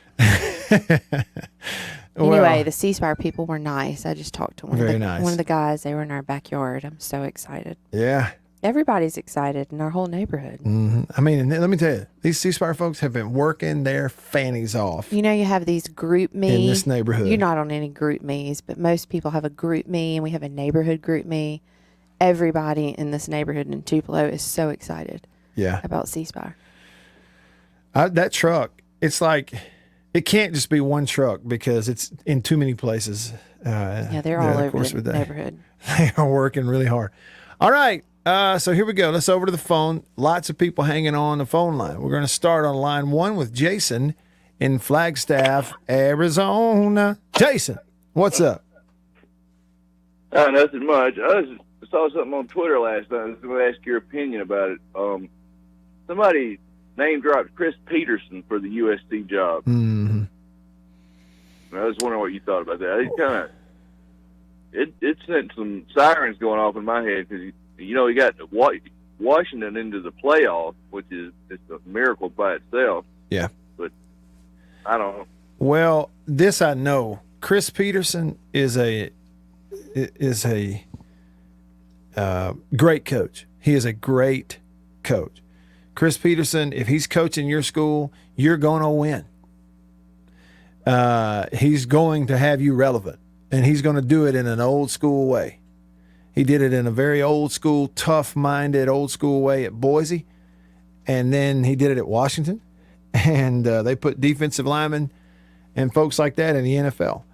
And, I outside of that, I don't know any other details myself other than just wild speculation, Jason, in any way to link him to a job like that. I just know he's been out of coaching.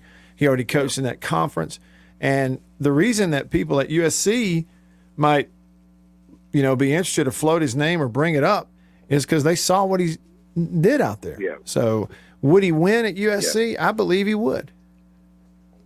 Well, I was up there when they hired him, and Seattle was really excited for about 12 minutes, and then it's one of those places where it doesn't really matter what you do.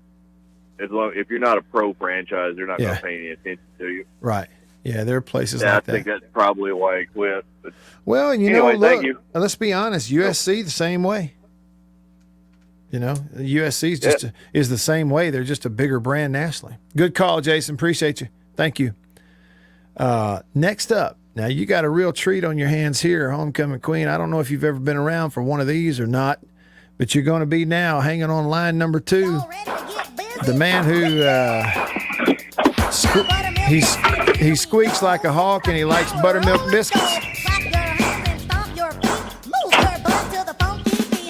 Mr. Chicken Hawk himself. Hawk, what's up?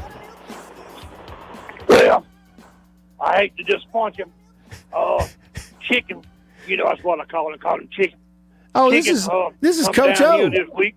This is Coach Yeah, O. it's Coach O, man. You know this Coach O. What's wrong with you? Oh man, I thought it was Chicken Hawk. I'm sorry. Well. Look here. I got it. Look I at got here. it with me. I got it there from a queen. Yeah, I got it with me. I got it with me in the P row, and he come down here and try to cheer me up.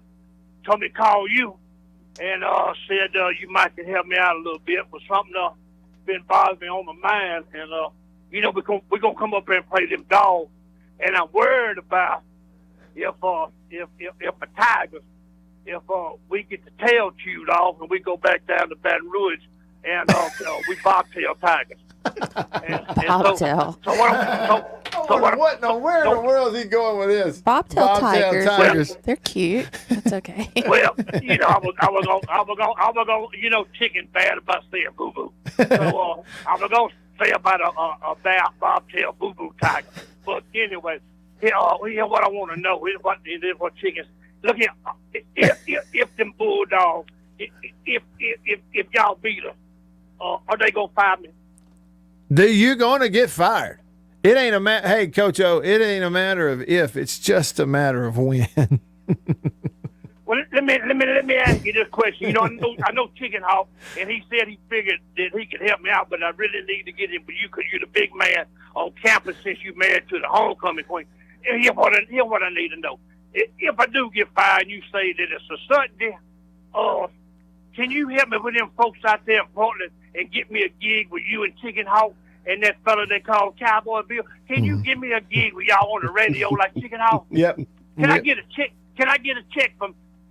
Hold on, Coach O. Just go there and sit down. Listen, what he wants to know to quit that. Hey there, homecoming queen, Miss AB. How you doing? Hey, I'm good. How are you? I'm doing real well. Hey, Chicken Hawk. That's the Hawk. Hey, Chicken Hawk. Coach O used up most of your time. You don't have much time left. You better go quick.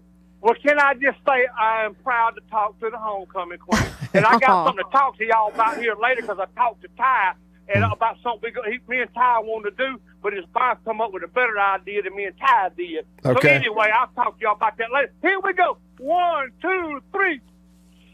See it. Chicken Hawk.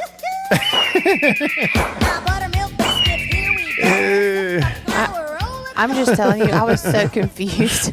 You were super duper confused. I didn't know it was. weren't I didn't know what was going on. you? Look, Chicken Hawk did that one time before. He said he was Coach O, and he started talking, and about 3 times he said, "Look at him." Look at. Well, and I said, thought "Look." it was the guy that calls in and does the Yeah. voices. I didn't know what was going on. Speaking of, speaking of, on line 3, we've got John Gruden to talk about last night's game. His Raiders beat the Ravens on Monday Night Football. Chucky, welcome to the show. What's up? Big names. Hey there, man. Hello, there, homecoming queen. How you doing there? Hey, this is great. Tell you what, man. That was a pretty good game last night. Oh, and you were talking about the kitty. I'll tell you what, man. You got out the dumpster kitty. I got Daisy, the deranged car cat, man. I'll tell you what, man. She likes to use my face as a scratching post, man. I'll tell you what, man. That game last night was pretty good, man. I'll tell you what, though, when Derek Carr, when he hit that interception earlier, man, I almost had to do a spider too wide, change my pants, man. I'll tell you what, man. That was crazy, man. I'll tell you what, too. You know what play we ran? We What's- ran a spider two wide to win that game. We won. We ran a spider two wide Xbox 460. Hello, my baby. Hello, my mama. Hello, my lifetime gal. 789 times 10 silverback gorilla wrapped up in bacon casserole, man. And I got one more person here that wants to talk to you, man. Okay. Okay. Hi there, how you doing? Oh. This is Real Coach O. Coach O. That was the real Coach O. Promiscuous is probably over there wearing that little Mary maroon over there when he was talking about me. I'm going to tell you this. I'm not going to be fired. Okay? I'm going to tell you what I'm going to do. I'm going to come back in a disguise. I'm going to get hired again. And there's going to be a huge buyout. Either way, I'm making out like a bandit. Okay. Okay. And I don't want to ever hear any slander about me again. You hear Okay. that? All right. Yeah. Chicken Hawk, go Tiger. Hey, I go Tigers. I appreciate it, Coach O. Chicken Hawk, seriously, we need to be careful what we say about Coach O because we don't need to put anything past him. I have no words. I have no words. Now you see what we put up with every day. Now you see what we What's put going up on here? with. Hey, Coach O twice. Chicken Hawk does a Coach O impression, but then he talks like Chicken Hawk. Look at him. And the boo-boo. And boo-boo. Hey, the Bulldogs beat Ole Miss and Coach O got fired. Sure did. Mm-hmm. Derek Pegues, they were up 14-0. I was there. You were there at the game? Yeah. I was there It was also. hard to go to those Coach O games. That was a rough time to be an Ole Miss fan. Yeah. Oh, Yeah. good calls. Good calls. Well, I think you're popular. We're gonna have a semi-normal call coming up. More bullies hanging on and others. There you go. Y'all stick around for that.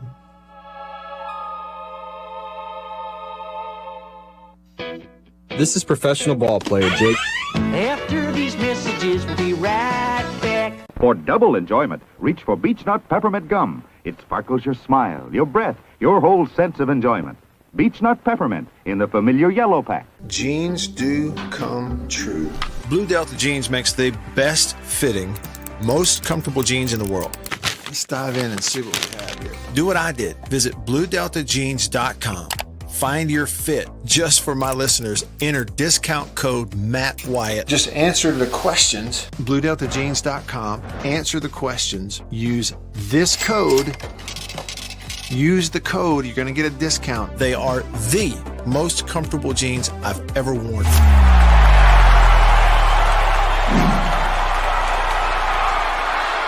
Farm Bureau Insurance stands ready to provide financial relief to our communities in this time of crisis. This includes a one-time credit to all personal auto policyholders, a donation of $500,000 to the Mississippi Food Network, and additional payment options for those hit the hardest, all while continuing to service customer claims as well. But this is the time to go above and beyond. These are a few ways we're keeping the Farm Bureau promise. To learn more, talk to your agent or visit us online. Go with the home team.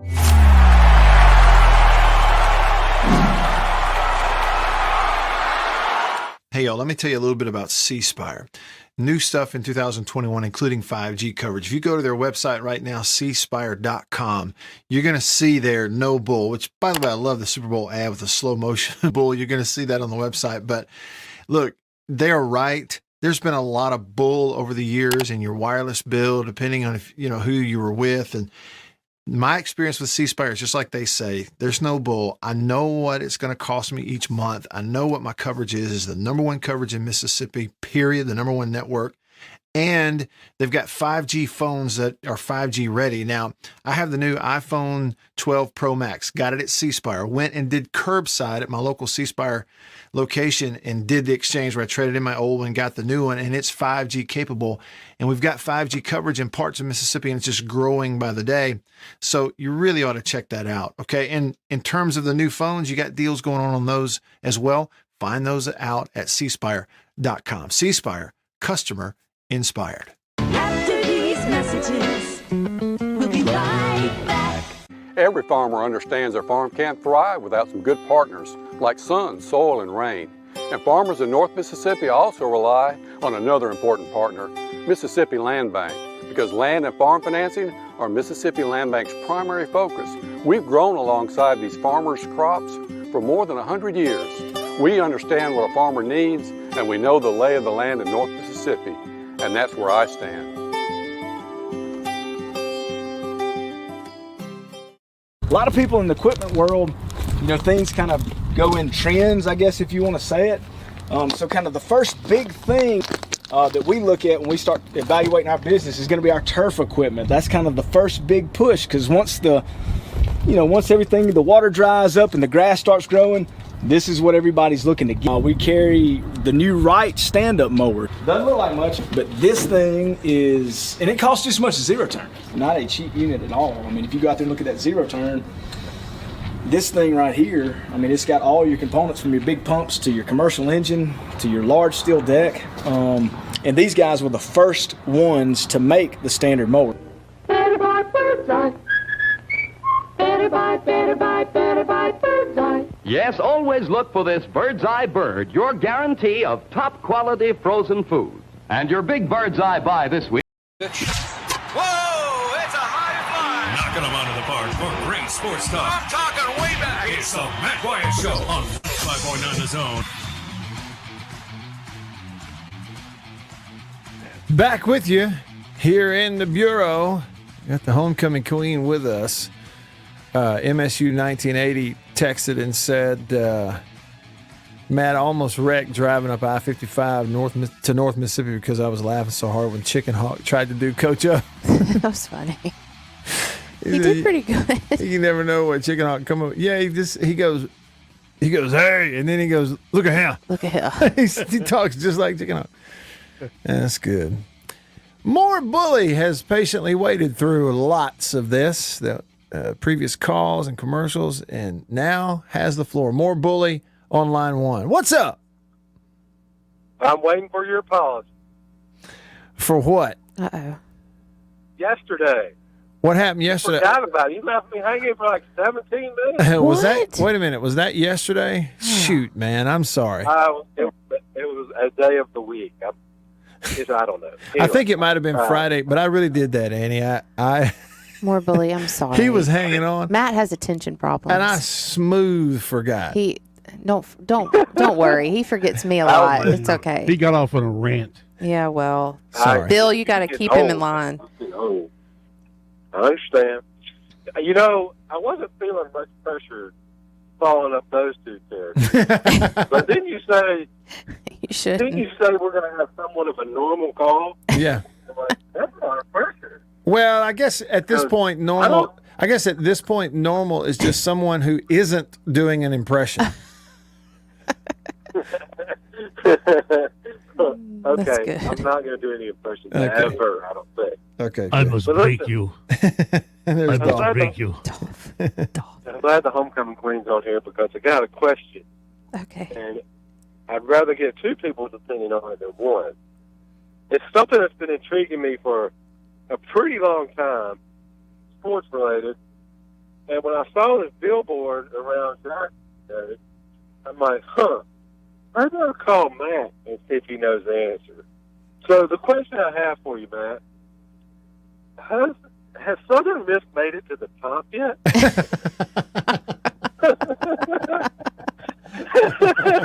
It seems like they've been trying for a long time. That is great. It's a long climb. That is great. They've been trying for a long time to get to the top. I mean, they've been trying to get to the top for about 14 years. Well, like that. And so more what Bully. level are they on? Now listen, More Bully. Are you calling in just to pick on Southern Miss? Is that what you've called here to do? That's funny. I will never admit that. Well, never. I think it's worth bringing up, though. It is. It's what's the point? It's not about the reaching a destination. It's all about the journey. Okay, Really, and you got to get up. Really? What kind of answer was that? And you got to get up every day and approach it like you haven't arrived yet. Okay, there's my motivational Southern Miss speech for you today, More Bully. Was there, like in fundraisers, when they had these thermometers you fill in? You got to get Do it they to the have one of top. those? Yeah, they're trying to reach to the top. Or you know what it Yeah, I is, want more some. bully. You know what it's like. It's like that the mountain climber game on The Price is Right where they had the The yodeling. music makes me so Yo, nervous. Yeah, and in their case though, it just never ends. Okay, he never falls off the edge. But they never quit trying. That's important to remember. Yeah. You I was always just try to get wondering, there. Man, it seems like, and I know they've had a couple of new strength coaches and all kinds of stuff, Well, but I don't think they've made it to the top. no, I mean they decidedly haven't, but they played better this past weekend, didn't they? I have no clue. I'm pretty pumped up. I'm going to see my first live game of the year. Oh, okay. So that's exciting. And you'd think I'd be going to Starboard, Memphis, but I'm heading over to Ruston to see my boy coach at SMU. Oh, okay. They're playing over there this weekend. Oh, yeah. So yeah, I'm looking forward to it. if I were you, I'd be looking forward to seeing that 6'8" kicker they have at SMU. Oh, I can't wait for that. Please video the kicker and send Yeah. it to Matt. He's Send me. obsessed with the kicker. And more bully. Look, I got your text last night, but it was after I was already asleep, so I saw it this morning. Oh no, it's fine. Yeah, appreciate you. Something just came on my mind, and when something comes on my mind, I just try to reach out to people I think I need to reach out to. So Well, I I wasn't appreciate it. expecting a reply. Yeah. More bully. I think yeah. you're You're a just good man, brother. more bully's going to the top. To the top. To the top, more bully. This man. Yeah. Will you play? Can you start playing that every time I come on? Yeah, to the top. I will. It's a great fight song now. Yeah, I'll give him that. it is. I'll give him that. Thanks. Appreciate it. Hey, do you remember? Listen, like years ago, like when we were doing double headers at Memorial Stadium, they used to have Eagle Call. Like really, like you could like a whistle. You know what I mean? Oh. When it was an eagle, like But that was more like a crow. But Hey, do it again. Do it You know again what for I me. mean. Hold on. Do it again for me. I'm not doing that. He wants to record it. I've been around the radio. This man said, more bully just said they had an eagle call, and he just did a crow, on the radio. Yeah. He went, they had an eagle call. He went, I was gonna say this is probably closer. there has never in the That's history closer. of the world been any other bird other than a black crow that made that sound. That's a great. Have you ever? I told you. More bully. Have you I was not gonna ever? do an impression. Have you ever watched National Geographic or anything like that? Poor eagle. I tell you what, man. And to think I was about to hang up on your call, and you had one more thing you wanted to get in. Your normal call. Man, we're getting real close Yeah, I to the know. casserole hour here. Yeah. They had an eagle. Well, I'm glad I can- We need to play that every time he calls. We got that. You got that recorded. already. We got it now. Yeah, we got it now. He's got his own chicken hawk sound effect now from now on. Appreciate it, more bully. Oh God. Y'all have just This man. This is why we have no ratings this show. This or show, big ratings. One of the two. This show is off the rails today. Yeah, we're not staying in our lane today, buddy. Y'all are This guy called in number one to say, has Southern Miss reached the top yet? You know, I think that's a great marketing. I mean, that was just kind of like a Hail State for them. I mean, they've just used it Hey, look, Miss. to the top. I like it. Hey, look, you're over here trying to consider everybody's feelings, be nice to everybody. No, I like it. I think they all go. Everybody, when they're Southern Miss fans on Facebook and Instagram, they'll post something and be like, to the top. Number it's just one. their thing. Number one, he said. It is funny, Has though. Southern Miss reached the top yet? I'm seeing all these billboards. And then number two, he It went, is. they had an eagle sound, like a dadgum crow. My eyes are watering. Yeah, I mean, look, if we can't do a better eagle sound than that, let's just don't do it. I think all the Southern Miss fans are offended. And should be. The crow. I mean, if More Bully went to one of their games and went, let's go, Southern Miss, they would run him out of there. They should be offended. Have you ever been to a game there? Did you play there? No, I never got to do that. I went to a game there. We had some friends that went to Southern. We went. Yeah. I went to a game. Well, now I take that back. Calling a game for state in 2015, the season opener. Was that Southern? Was at Southern Miss. I was sick as a dog during that broadcast. I don't remember that. That was the first game of that season. Remember when I had to stay in a hotel down there the night of the game because it started at like 9 o'clock at night? Okay, you don't remember. No. Here's the story, Annie. All of your games We run were together. married. Okay, we were married at this We time. still are. This was the season opener 2015. It was the first game of Dak's senior year. They opened the season at Southern Miss. I woke up that day sick as a dog. Don't know what it was. Not stomach virus. I'm talking about like head throbbing, kind of dizzy. Maybe I remember that. Maybe. And throughout the broadcast, it just got worse and worse. And I'm in this booth with Jim Ellis. He's the play-by-play for football at that time. And at Southern Miss, they don't have windows that open in front of you because of where they're located. It's something about in the vicinity of where a hurricane either has or could come through there. You've got to have windows that are a certain thickness, and they are sturdy, and they can't open. So you had no fresh air. Well, what happened was it's first game, first weekend of September, so it had rained, and it's super humid and everything. See. The window's fogged up. It's like see. 60 degrees in our booth. We're shivering. Outside the window, it's like 90 degrees at night. Humid.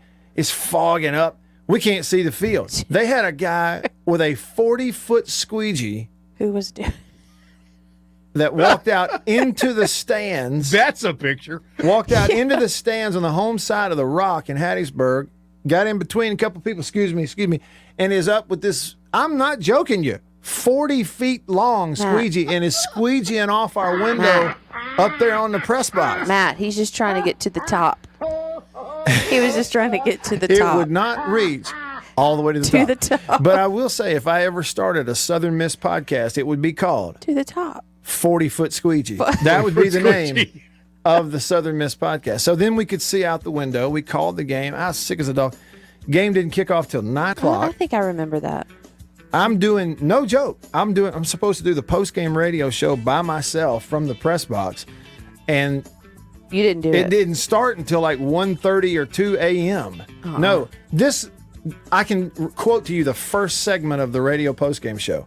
Welcome back to The Rock. Final score, Mississippi State, something. I'm Matt Wyatt. We'll be right back with stats. I remember this because I remember that, Yeah. the post-game situation. It was awful. That was rough. Insane. That was rough. Oh, Matt. Thanks, Yes, y'all. yes. Thanks, Bill. I have been there for a game. Thank Thanks. you. Good time on the show today. That was a good one today. Hour 3 coming up.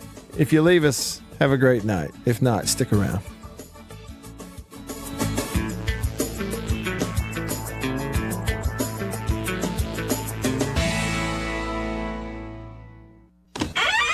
After these messages, we'll be right back. For double enjoyment, reach for Beech Nut Peppermint Gum. It sparkles your smile, your breath, your whole sense of enjoyment. Beech Nut Peppermint in the familiar yellow pack. Jeans do come true. Blue Delta Jeans makes the best fitting, most comfortable jeans in the world. Let's dive in and see what we have here. Do what I did. Visit BlueDeltaJeans.com. Find your fit. Just for my listeners, enter discount code Matt Wyatt. Just answer the questions. BlueDeltaJeans.com. Answer the questions. Use this code. Use the code. You're going to get a discount. They are the most comfortable jeans I've ever worn.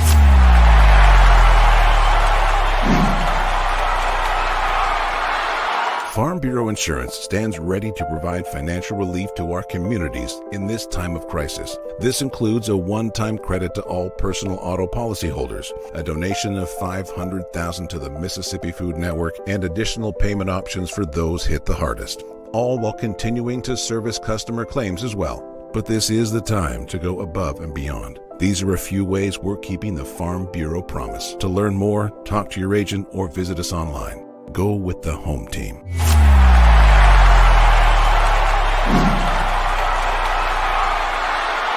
Hey, y'all, let me tell you a little bit about C Spire. New stuff in 2021, including 5G coverage. If you go to their website right now, cspire.com, you're going to see their no bull, which, by the way, I love the Super Bowl ad with the slow motion bull. You're going to see that on the website. But look, they're right. there's been a lot of bull over the years in your wireless bill, depending on if, who you were with. And my experience with C Spire is just like they say, there's no bull. I know what it's going to cost me each month. I know what my coverage is the number one coverage in Mississippi, period, the number one network. And they've got 5G phones that are 5G ready. Now, I have the new iPhone 12 Pro Max, got it at C Spire, went and did curbside at my local C Spire location and did the exchange where I traded in my old one, got the new one, and it's 5G capable. And we've got 5G coverage in parts of Mississippi, and it's just growing by the day. So you really ought to check that out, okay? And in terms of the new phones, you got deals going on those as well. Find those out at cspire.com. C Spire, customer inspired. After these messages, we'll be right back. Every farmer understands their farm can't thrive without some good partners like sun, soil, and rain. And farmers in North Mississippi also rely on another important partner, Mississippi Land Bank, because land and farm financing are Mississippi Land Bank's primary focus. We've grown alongside these farmers' crops for more than 100 years. We understand what a farmer needs, and we know the lay of the land in North Mississippi. And that's where I stand. A lot of people in the equipment world, things kind of go in trends, I guess, if you want to say it. So kind of the first big thing that we look at when we start evaluating our business is going to be our turf equipment. That's kind of the first big push, because once everything, the water dries up and the grass starts growing, this is what everybody's looking to get. We carry the new Wright stand-up mower. Doesn't look like much, but this thing is, and it costs just as much as zero turn. Not a cheap unit at all. I mean, if you go out there and look at that zero turn, this thing right here, I mean, it's got all your components from your big pumps to your commercial engine to your large steel deck. And these guys were the first ones to make the standard mower. Better buy Bird's Eye. Better buy Bird's Eye. Yes, always look for this Bird's Eye Bird, your guarantee of top quality frozen food. And your big Bird's Eye buy this week is Bird's Eye Orange Juice. Easy, you can serve it in a minute. Thrifty, it will save you money. Orchard fresh and delicious. Better buy Bird's Eye. Better buy Bird's Eye. Now, if you know your oats and want to feel your oats and taste how good an oat cereal can be, well, you'll go for Cheerios. Great way to start the day with really great eating. That's Cheerios, one of the few foods made from oats. The tasty cereal grain everyone should have at breakfast. Crisp and golden as only a toasted oat cereal can be. And nourishing? Why, a Cheerios breakfast gives you the power protein that grown-ups need to help stay in trim and youngsters need to grow on. Toasted oat goodness, toasted oat flavor, a delicious power breakfast. That's Cheerios.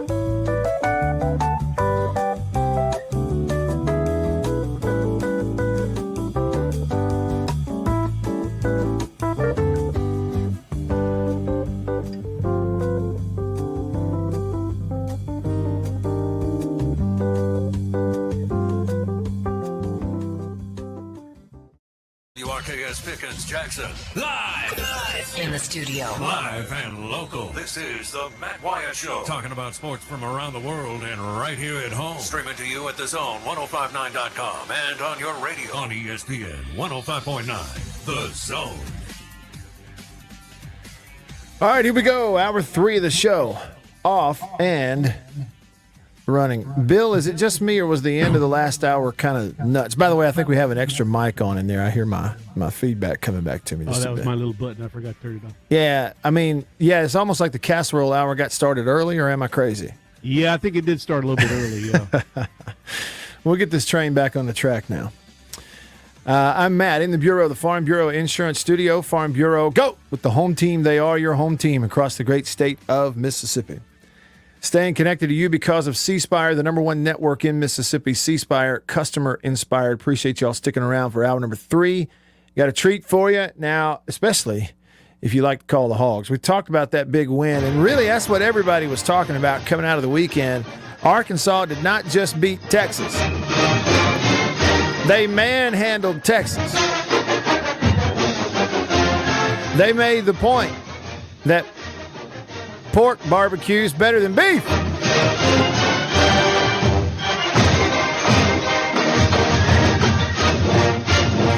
And I think if they're still calling the Hogs up in Arkansas, the natural state, then feel free. Just keep on calling them.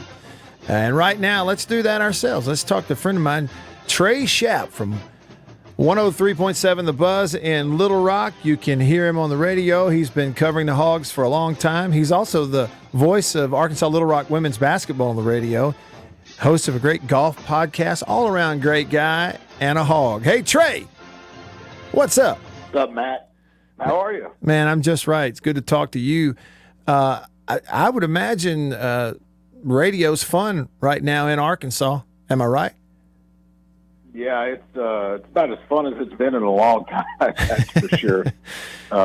Man, when you look at the back-to-back losing seasons in the SEC and what they've endured, Hog fans, it was a nice party on the Hill Saturday at the expense of one of their hated rivals in the Texas Longhorns.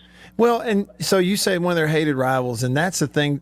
Educate me, Trey, from an Arkansas fan's perspective, especially one, of age that can see Texas through those rivalry glasses. You get the news that here they come to the league. It's just a matter of time. Oh, by the way, they're on our schedule. And then to pull off this win, like what kind of emotional roller coaster is all that for an Arkansas fan? Well, I think when you look at it as them coming to the league, Arkansas left the league in 91 and started in 92 in the SEC. They left the old Southwest Conference. And it goes even back deeper than that, Matt, because Arkansas was the only school outside of the state of Texas in the old Southwest Conference. You had Texas, Texas A&M, Texas Tech, Baylor, SMU, Rice, Houston, all those schools. There was only one team outside of it, and that was Arkansas, outside of the borders of the state of Texas. When they left the league to go to the SEC, Texas was supposed to come with them. And Texas decided at the last minute, no, we're not going to come. That's when the SEC went and got South Carolina. So there's a love-hate relationship with Texas because you go to the 69 shootout, Arkansas loses by a point to Texas. Arkansas always felt like the redheaded stepchild to Texas. Texas always turned their nose at them. And it seemed like all the times that the officials making the calls in the game, it would always go to the side of the Longhorns. What a lot of people in the SEC think right now, it's called Bama privilege. But it was probably called, Longhorn privilege back in the day. So anytime that Arkansas is able to beat Texas, they want to do it, and they want to do it in a big way. 40 years ago, 1981, Texas comes to Fayetteville. They're ranked number 1 in the country. Arkansas beats them 42-11. Lou Holtz was the head coach, and he told the team before the game, and I got this from the source, David Basil, who played linebacker at Arkansas, he said, Lou Holtz told us, men, when the national media comes into the locker room after the game, you tell them this was not an upset. And I think you look at this last Saturday, that was not an upset. Arkansas was the better team. They were the dominant team. And would the game have changed if the muffed punt early after Texas's first 3 and out is actually given to Texas instead of their player stepping out of bounds when he's actually touching the football and it stays with Arkansas at the 4-yard line? Who knows? But Sam Pittman felt confident throughout the week last week, Matt, when he kept saying, I like our matchups.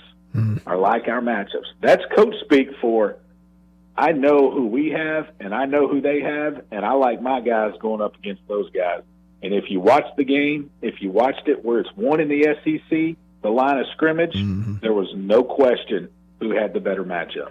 Yeah, I mean, 333 yards rushing is not fluky, is it? No, it's not. And then you had 4 running backs score touchdowns. Yeah.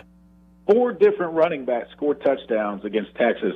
And I went back and I was talking to Randy Rainwater, who's also on our show, does a great show in the afternoons, Drive Time Sports here in Arkansas.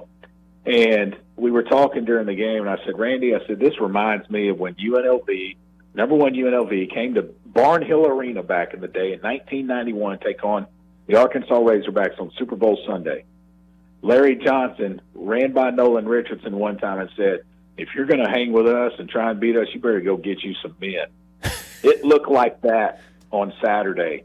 If Texas is going to come into the SEC and hang with these schools over here, Mississippi State, Ole Miss, Arkansas, Alabama, they better go get them some men because they didn't have men on Saturday on that football field. Trey Schapp on your radio. Y'all follow him on Twitter if you don't already, at Trey1037 The Buzz. He's up in Little Rock, and we're talking Hogs. KJ Jefferson, lots of folks here, Trey, because he's from here. He's from Mississippi, are familiar with him. And, of course, we got to see him play in spots in some games against our teams here early. And, again, really, I guess 2 weeks in a row, he didn't just have to go off throwing the football. But is this a kind of to make a comparison, is this kind of a Nick Fitzgerald type of offense that we saw at Mississippi State under Dan Mullen? Is that what we're seeing with Jefferson at Arkansas? I think it could be. There were times in the game where KJ did make mistakes, maybe, threw the ball a little too hard to his receivers. You have to credit Texas on the 1 interception. Their defender made a great play. But if you look at it from the all-22, if KJ puts a little air under that ball, Matt, you know all about that. You played quarterback in the league. You put a little more air under that, it goes for 6. The receiver was wide open. He was behind the defense. They had all bit on the play fake. And so if there's a little more air under that, it goes for 6. And who knows if Texas ever would have recovered, because that was their first score after that interception. That's when they first got out. That was their best field position. They hadn't been across the 50 but one time in the first half. So that was their best field position, their first score in the game. If Arkansas hits that, it was already 16-0. If they hit that and they go down the field and it's 23-0, and Texas is like, oh, no, and the defense is fired up coming off the field after a long touchdown reception by Arkansas, who knows if Texas even gets on the scoreboard in the game. Yeah. Well, and I'm looking at Trey. I'll admit I was working State's game Saturday and didn't get to watch. I've yet to go back and watch it. Yeah, I was busy, and I haven't. I'm going to, but I haven't gone back and watched the replay. So help me out here to understand, get a picture of how this happens. How does a Steve Sarkisian team in a 4-quarter game only complete 13 passes for 118 yards? How did Arkansas's defense get that done? Well, it's called quarterback card missing wide open receivers at times. They did have guys that got behind the Arkansas defense, and he just missed them. Okay. And then it was also give credit to Barry Odom and the Arkansas defense and the linebackers. Hayden Henry had 15 tackles. Bumper Poole only played a half because he had to sit out the first half because of his targeting call against Rice in the second half of that game. He had 10 tackles all in the second half in the linebacker position. Grant Morgan had a heck of a game from his linebacker position. They were able to get pressure on the quarterback, Matt, by only rushing 3 guys. And so when you're able to do that, it's hard to find an open receiver. If you're only rushing 3, you've got how many guys you got back there? You've got 8 back there playing defense against your receivers. And if you can't run the ball either because they were shooting the gas, it's almost like Barry Odom and Sam Pittman had Steve Sarkisian's playbook, and they knew exactly what they were going to run every time.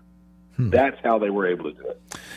Trey Schapp. I can't wait, Matt, till you watch it and you get your little telestrator and you break down some of that film. I want to see you break down some of the big runs that Arkansas had in the game by Rocket Sanders, by Green. I want to see you break down some of that Traylon Smith. And then I want you to break down as well why Texas was not able to get Bijan Robinson going. Well, I think you talked me into it, and you'll help me get it in front of Arkansas fans, won't you? No pressure. Of course. Hey, all you got to do is retweet. That's just one little keystroke on the iPhone. It's. I mean, it's as easy as making a 12-foot left to right putt for you, Trey. No, it's just click. No, don't go there. Don't go there. I'm not trying to jinx you, I promise. No, I was going to ask you this too. Okay, so you're 2-0, all the momentum in the world. We have a listener, an avid listener to our show here named Hog Jowl, and he told us yesterday that Sam Pittman could run for governor and win. All the momentum in the world. I saw the picture of the stadium. It's just phenomenal. Color coordinated. It's just great to see. Does he have a job on his hands now to make sure no one's looking past Georgia Southern with Texas A&M looming out there in 2 weeks?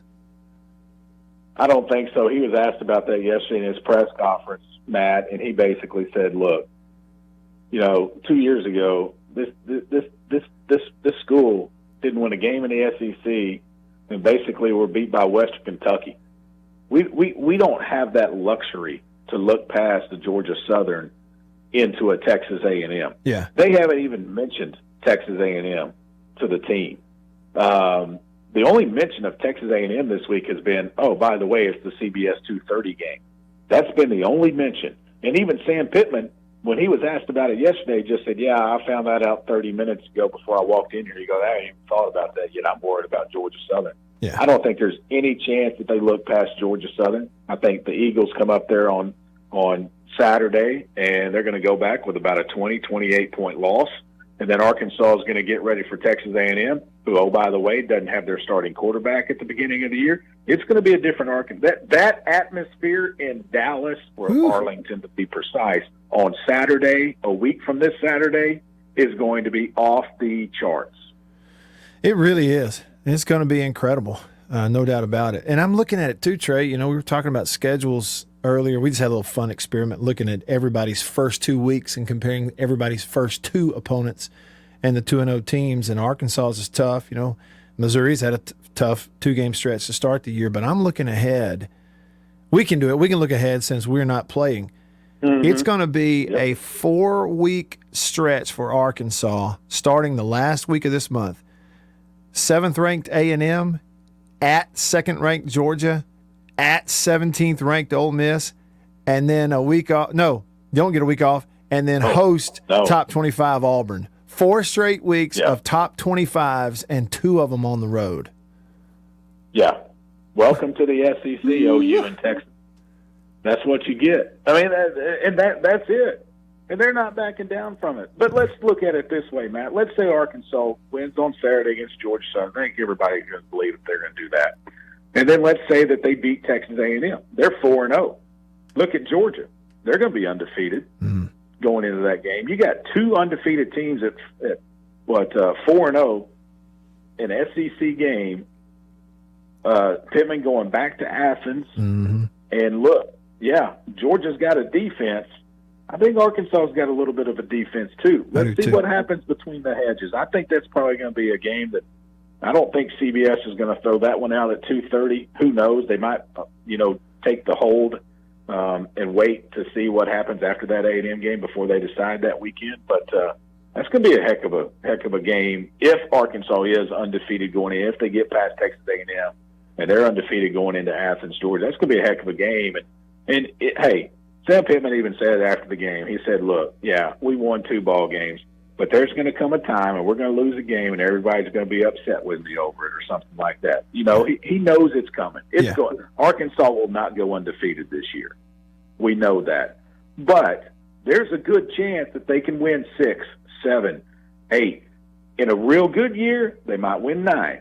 Who knows? Let's see what happens. And then he builds off of that, Matt. And then maybe on down the road, let's say maybe not next year, but in 2 years, what if there's a chance where they might win 10, 11, and potentially go undefeated and, who knows, get in the playoff? Yeah. Well, and that's it. I mean, it's all about building and momentum for any of these teams, right? So you look at Kiffin at Ole Miss, you look at Leach at State, Pittman at Arkansas, obviously. those are guys, second-year guys, and maybe leaving somebody out, but it's all about, okay, building momentum to like a year 3, year 4 is really overall what it's all about. So, right. And I guess for you, recruiting is so crucial to how you build on whatever's going on now in year 3, year 4 for a coach like Pittman. What kind of head coach is he? Is he the, I've got Odom, I've got Browse, I turn them loose on their sides of the ball, I'm hands off and I'm an overseer of this whole program? Or is he involved heavily on one side of the ball or the other? No, you hit it on the head. He lets Barry Odom do his job. He lets Kendall Browse do his job. He might work a little bit with the O-line or something like that, but he did say, hey, they averaged 7 yards per carry in the game against Texas. He goes, if we average 7 yards per carry in a game, I'm dumb to ever put the ball in the air. So I'm going to run it. Yeah. He said, but if we start averaging 2.5 yards per carry, then I'm going to light it up. I'm going to put the ball in the air. They're going to give what the defense is giving them and what they're able to do. And if they've got the road graders up front that are able to pave the road for those backs to run, and I think we saw that they've got more of a stable of running backs than what we originally thought at the beginning of the year. I mean, when you have 4 guys put it in the end zone, 4 different guys put it in the end zone, you've got a pretty good stable of backs. And, oh, by the way, Malik Hornsby comes in that last drive before they took a knee, and he had a real good run himself from the quarterback position. He's a lot faster than KJ Jefferson. So they have weapons, but to answer your question, Sam Pittman is more of the CEO type. He's going to oversee everything, and he is hands-on now. And he'll tell them, hey, the reason you run on and off the field is conditioning. If you're not going to do it, I'm just going to start running your you know what, and that's what we'll do in practice. So, no, he's hands-on when it comes to that. But as it comes to what plays are we going to run, how much we're going to do this, how much are we going to be 60% run, 40% pass, he leaves that up to Kendall Browse, and he leaves up the defense to Barry Odom to come up with a plan each week. So that defense, you know, I've really bragged on the Barry Odom hire, and the timing was just so perfect for Arkansas and for Pittman to hire him. And he had always been one of the more highly respected defensive coaches in the entire country, and he winds up there. You saw what he did last year, and a few examples, and then this year. Okay, and I'll give you credit, Trey. You were already telling us to buy Jalen Catalon stock, really even before they played last year, and then he popped, and look where he is now. He's one of the best players in the country. And here's what I'm leading up to, and I want to get your response to this. I don't know how it's going to go against Georgia down the road. I got a feeling they'll beat Texas A&M. And if that happens, and that road trip to Ole Miss in early October with Barry Odom's defense and guys like Catalon and Poole against Lane Kiffin's offense and Matt Corral, honestly, that could be one of the matchups. By the time we get to that, we may look back and say that was one of the matchups in the entire season right there. And it could determine who might be the challenger to Alabama in the SEC West this year. Yeah, that's right. Because if Arkansas goes in and beats Texas A&M, let's say they lose to Georgia, they still control their own destiny in the West because they would have one loss. If they beat Ole Miss, they beat Auburn, they beat State, they beat LSU, they've got Alabama. They beat Alabama, they control their own destiny because they would both have one loss. That's if Alabama doesn't drop something, between now and then, which nobody thinks they will. I mean, maybe Ole Miss gets Alabama this year. Who knows? I don't think it's going to be Texas A&M without their quarterback. Mm-hmm. So, Matt, you're exactly right. That game, the second weekend of October, becomes huge in determining who wins the SEC West if Arkansas can beat Texas A&M. And what if they go give Georgia a scare? They were leading them last year at halftime. That's right. Well, and they've just got. And then Matt Corral. How many interceptions? How many times did Matt Corral throw a pass to Arkansas last year in the game? Yeah, what? 6 times? Yes. I think it was 6 times. Well, and I think at least one pick six. I think Morgan had a pick six in that game. Yeah. I was thinking Catalon might have had one too. But see, that's the thing. They play Georgia the week before they go to Ole Miss. So the biggest thing Arkansas's got to come out of Georgia healthy. They got to be healthy. That's it. They got to come out of that one healthy, and that's the big thing for that ball game. Well, they got to come out of this weekend healthy too. This is a game this weekend where You want to get your guys in, get the lead, get the work done, and get out. Rest them as soon as you can. Yeah, I agree. Really good stuff, Trey. Hey, it's exciting, I know, for you and for the whole state of Arkansas, and I'm happy for you and my Arkansas friends and family that the excitement is back, because I know it's been a while, and so it's going to be a fun ride the rest of the way. Matt, I've been tired of watching bad football, Matt.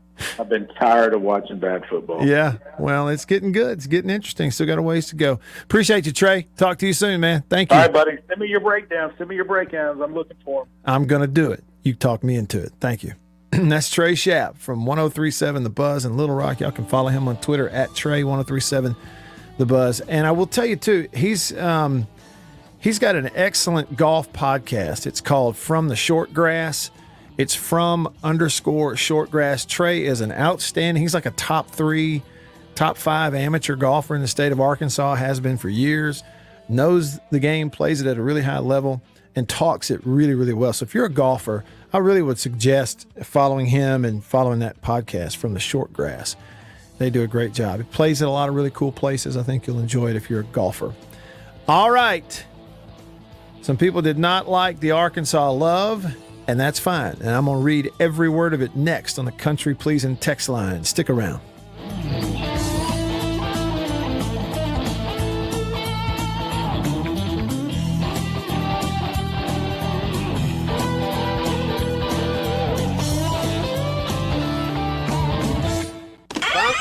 After these messages, we'll be right back.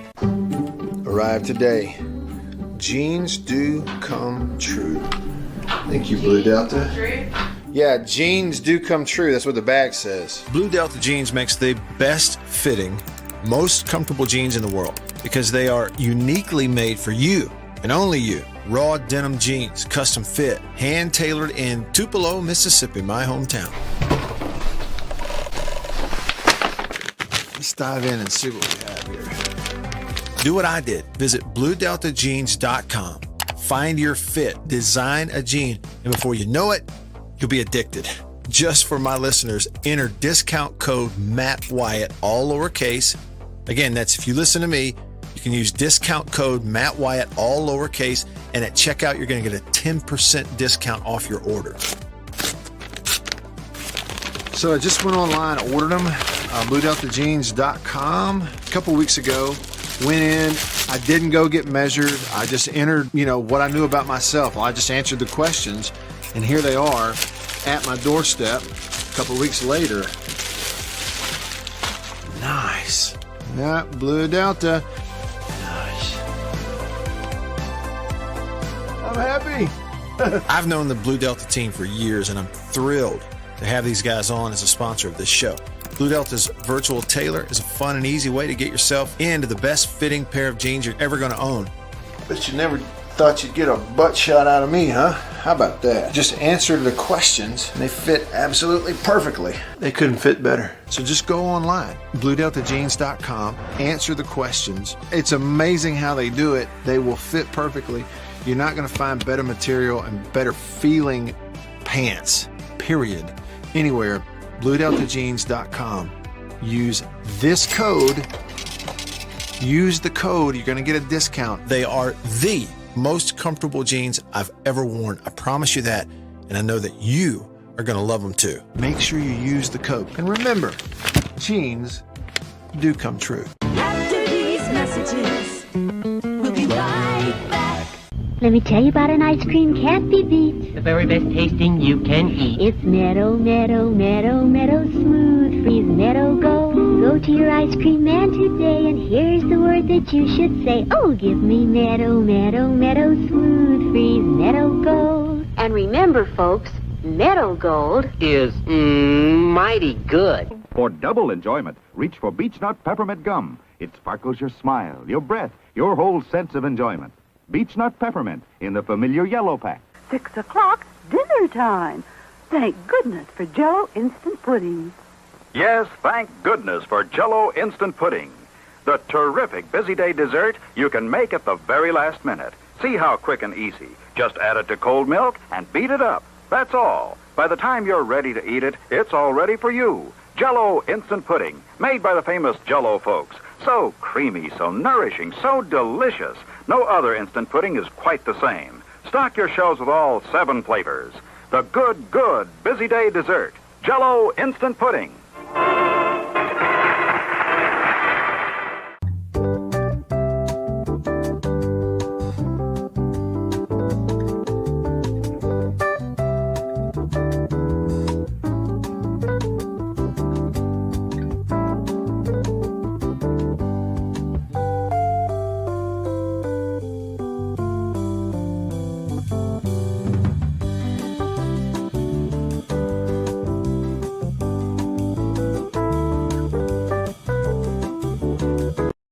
With playoff caliber sports talk, it's the Matt Wyatt Show. 3 minutes for your life right now. On 105.9 The Zone. All right, back with you rolling along here in hour number 3 of the show. Hour 3 is presented by Overstreet Properties in Stark Vegas. However you choose to say it, you know what I'm talking about. So anything residential in and around Starkville. Place to live permanently, you're moving to Starkville. Investment property in Starkville. I don't know, having a condo that's yours when you come into town for ball games, or even leasing an apartment if you're a student or have a student or know a student. All of that. Go to Overstreet Properties in Starkville. It's just overstreetproperties.com, and you can get the contact info, hit them up, tell them I sent you, and you'll be off and running. Real quick, there is a news item. The New Orleans Saints have had 5 offensive coaches test positive for COVID-19. Calling into question their status for Sunday's game against the Carolina Panthers. This is according to ESPN's Adam Schefter. One source gave him a quote. Here it is. We'll be just fine. Period. There's the quote. Just passing that along. They'll play the game. That's not a matter of, that's in question. It's just a matter of who will be coaching and how many, and so on and so forth. On that note, let's head over to the Davini phone, Davini Equipment in Madison and in Jackson, 995-1059. Louvier hanging on line 1. Hello, Louvier. Good afternoon, gentlemen, and go Saints. I hope my good friend Fred McAfee, running backs coach and director of player, I forget his exact title, but he's the guy that takes the rookies and brings them to the bank and shows them how to balance a checkbook. Every team in the NFL has one, and Fred McAfee is the one for the Saints. No better man to do that job. He played 17 years in the NFL, and I think all but one of them he made the league minimum, which I know is a lot of money. But Fred's got 28 cents of the first quarter he ever made. I promise you that. Anyway, I didn't call it to brag about Fred McAfee, but I do love you, Fred. Anyway, so I had some roux from my father-in-law still in the freezer. My father-in-law makes roux paste. He cooks it down so much that it's just a paste. Okay. It looks like a dark chocolate Hershey bar, and you put it in the freezer, and it'll last. I mean, forever. The half-life, the atomic half-life is about 5 years. So I pulled that roux out, and I had a couple of chicken thighs and a couple of chicken breasts and a couple of Cajun-style country-pleasing sausages, and I made a big old pot of gumbo. Whew. And I'm going to send you a picture of it there, Matt Wyatt, and you can ask next time you speak on the radio or otherwise with my good friend Reddy Teddy. He came by and got a little bit of it, and then he said, may I have some to go, please? And I put some in a Tupperware and sent him to go with it, but he earned it. He's been my friend, and I only have about 3 of them, and it's because I know who I am. Nonetheless, the Saints dominated the line of scrimmage, and I mean dominated the line of scrimmage.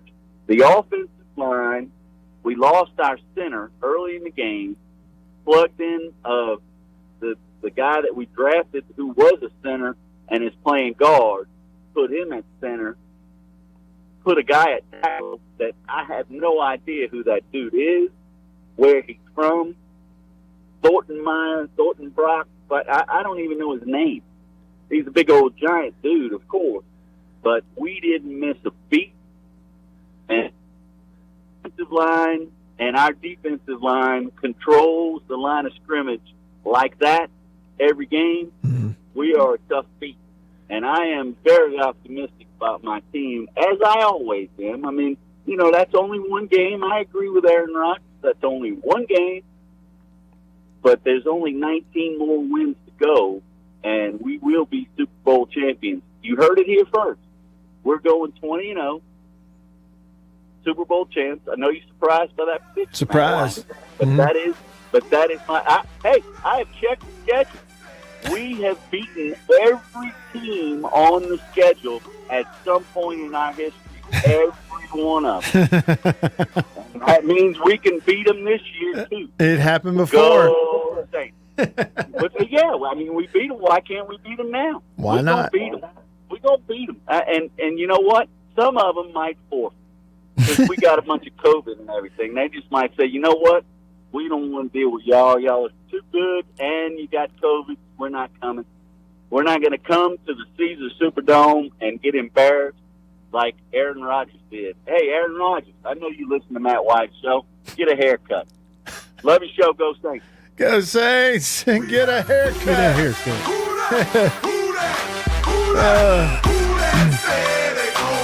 That's great. Some of them might even forfeit. So you're talking about Fred McAfee there. You know, that's a good old Mississippi College education he got. Caused him to save that money. He was a tornado, too. He went to Philadelphia High School. Yep, sure did. Mississippi College. I remember watching him play there. Yeah. So they're at the Panthers this week and then at the Patriots. I mean, look at all these road games. And the thing is, they're supposed to start the season with that home game and didn't even get to do it. Yeah. It's going to be about a month, isn't it? About a month, they're saying now, before they can actually go back to New Orleans? Well, I guess so, but, you know, that's it. They were saying a month 2 weeks ago. That would make it early. Yeah. See, and the thing is, according to the schedule, Bill, their only chance to host a home game anytime soon is on October the 3rd. They are scheduled to host the Giants on October the 3rd. Okay, so you're talking about another 3 weeks. Okay, would be the first time they'd be scheduled to host. The schedule already had them this week at the Panthers, followed by the following week at the Patriots. They're supposed to come home early October, host the Giants, and then go back on the road for another 2 weeks at Washington and they have an open date in the middle, latter part of October, and then finish the month at the Seahawks. So I don't know how it's going to work out for them, but need to put in a call to Coach Prime and offer our stadium here in town. Yeah, I'm sure that we've had an NFL game there before. Yeah, I'm sure that would go a long over time well. ago though. Right, it was a long time ago. Now back on the Arkansas thing, Jason in Flagstaff, he texted. He said, "I think KJ Jefferson is more like Ralph than Nick Fitzgerald. Early Ralph, I mean." He said he could throw when he wanted to. That first Egg Bowl, Ralph wore Ole Miss out on those deep wheel routes to Ladarius Perkins. I'm not sure Nick could have done that consistently. And then he said, in any case, Jefferson is going to be a monster as they develop him and the offense to each other. Now, B-Dog 2 texted and said Arkansas is drinking the Kool-Aid. He said they are in for a disappointment, I'm afraid. And then RT texted and said several things about it. Sarkisian is not a head coach, he says. This story has played out before. He also said, are we really talking about Arkansas beating Georgia, Bama, or winning the West? What a joke. He said Ole Miss gave them the game last year. RT said they barely beat Rice. Please stop the comedy. He predicted Alabama 48, Arkansas 12. He predicted Georgia 42, Arkansas 15. He said State and Ole Miss both will beat Arkansas. Ole Miss gets them at home this year. State's got to go to Fayetteville. Then he said, look at the preseason All-SEC and see where the Arkansas players are. And then finally, he weighed in just now. Thanks, RT. RT's feeling it today. He's letting it fly. Just pew, pew, pew, just letting it fly. During Louvier's call, he said, Aaron Rodgers is so easy to hate. His career right now is on a disastrous level. No sympathy. Yeah, I mean, it was a bad look the other day in that ball game. I'll give you that much. It was a terrible look. Hey, and so speaking of Aaron Rodgers, here's what he said after losing the way they did, 38-3 to the Saints. Here's what There's not much you can say other than they beat us. They played way better than us. We played bad. I played bad and uncharacteristic of how we've practiced in training camp, obviously how I've played over the years. So this is hopefully an outlier moving forward. We'll find out next week. Did you hear that? It's uncharacteristic of how we practice in training camp and how I've played over the years. I don't know, man. There's just more and more that comes, and losing does this. Losing magnifies anything that doesn't have the right look or feel. It does it. Losing will do that. If they win the game, we're probably not even paying attention to some of this stuff. But it stinks to high heaven. The things they're saying, the things he's saying, the vibe you're getting. Meanwhile, Jameis Winston lit him up. On second down, aired out, Deontay Harris. He's got it. Touchdown. Another for Winston. And after the game, good old Jameis downplayed it. Coach says all the time, we're in a race to get better. You know, we're going to celebrate this game today. But like I said, it's people that's been in way worse positions than me right now. It's people still in Louisiana without power, right? I'll probably reflect when the season's all over, right? But right now, man, we're in a race to get better. We got to keep getting better. There's some things on film that I'm not going to like when I watch it tonight. So we all just got to get better still.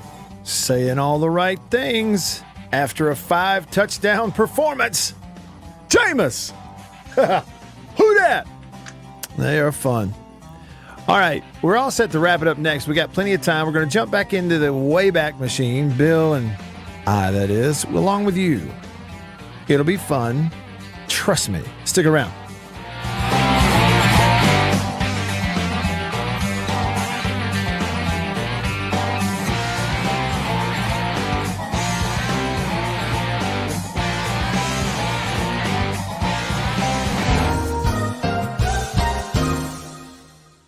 Farm Bureau Insurance stands ready to provide financial relief to our communities in this time of crisis. This includes a one-time credit to all personal auto policyholders, a donation of $500,000 to the Mississippi Food Network, and additional payment options for those hit the hardest, all while continuing to service customer claims as well. But this is the time to go above and beyond. These are a few ways we're keeping the Farm Bureau promise. To learn more, talk to your agent or visit us online. Go with the home team.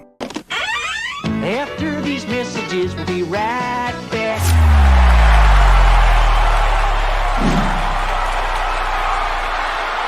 We are about to have a fire and cook some sausage. A country pleasing sausage is outstanding whether you cook it over a fire or in the house. Cook some of this right here. It's green onion flavor. You see that? But this right here is my favorite, the maple flavor. And this is great for breakfast. It's awesome cooking it in the house because it makes the whole house smell good. Oh yeah. Let's eat country pleasing sausage, the best, hands down. If you go to countrypleasing.com, you can actually order this and deliver it to your house. Country pleasing sausage, hands down, the best. Trust me. Davini Equipment, Spring Ridge Road in Jackson, Highway 51 in Madison. Hey, y'all, let me tell you a little bit about C Spire.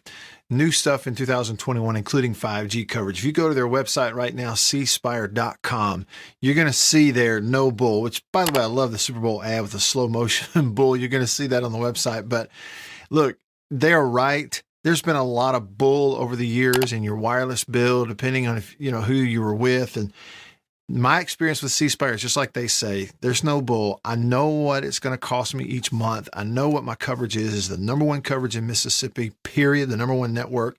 And they've got 5G phones that are 5G ready. Now, I have the new iPhone 12 Pro Max, got it at C Spire, went and did curbside at my local C Spire location and did the exchange where I traded in my old one, got the new one, and it's 5G capable. And we've got 5G coverage in parts of Mississippi, and it's just growing by the day. So you really ought to check that out, okay? And in terms of the new phones, you got deals going on those as well. Find those out at cspire.com. C Spire, customer inspired. After these messages, we'll be right back. Jeans do come true. Blue Delta Jeans makes the best fitting, most comfortable jeans in the world because they are uniquely made for you and only you. Let's dive in and see what we have here. Do what I did. Visit BlueDeltaJeans.com. Find your fit, design a jean, and before you know it, you'll be addicted. Just for my listeners, enter Wire Show. Live in the studio. Online at thezone1059.com and on your radio at ESPN 105.9. The Zone.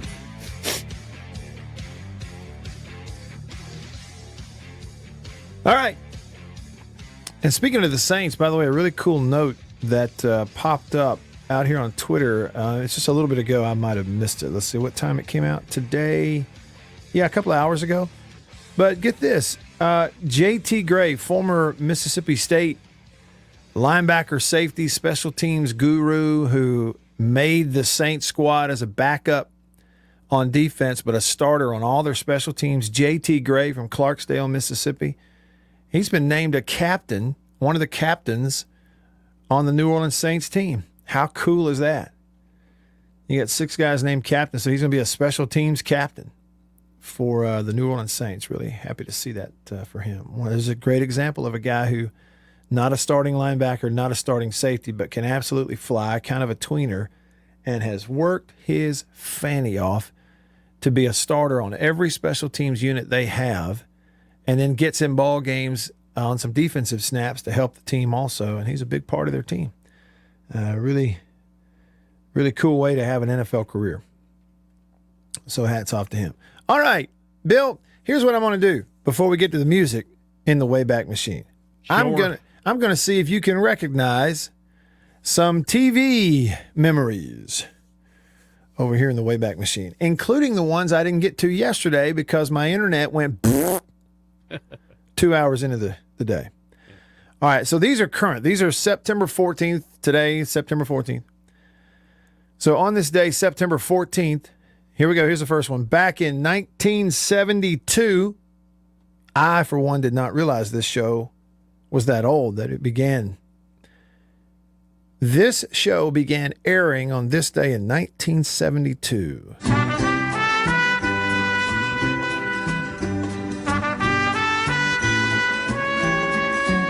You got it, Bill? Yeah.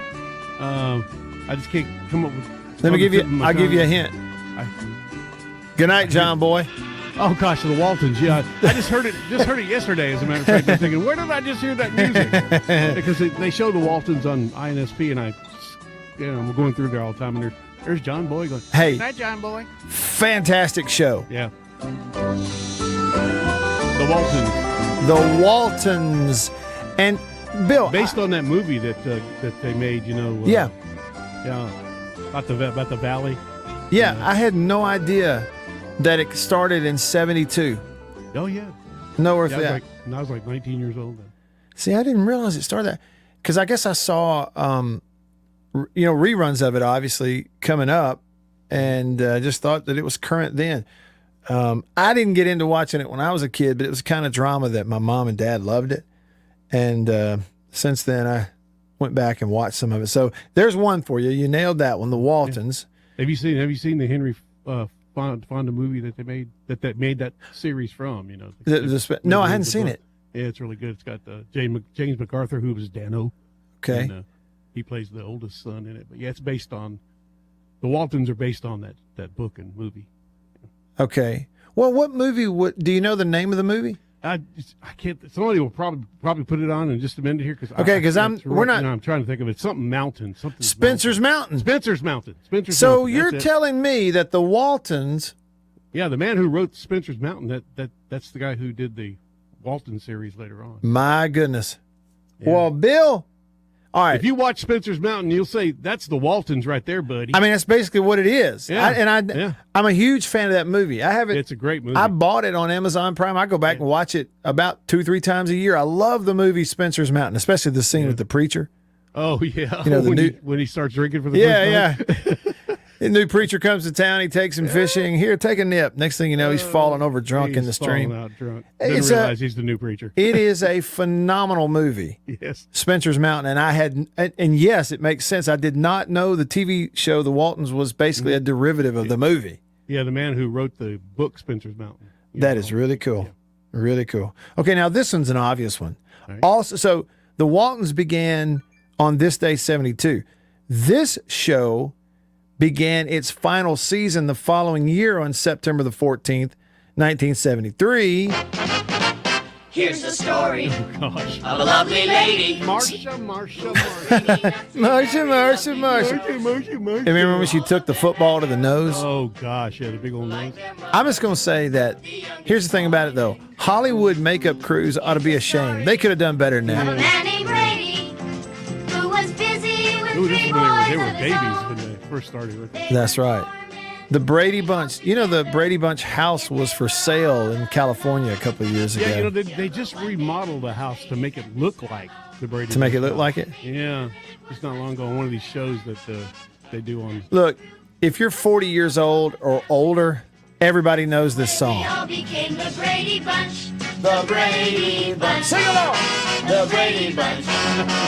That's the way we became the Brady Bunch. Okay, and then a little more recent, September 14th, this day, 1985, the first episode of Thank you for being a friend. The Golden Girl. Hey, and another one. Fantastic TV show. Oh, yeah. Hilarious TV show.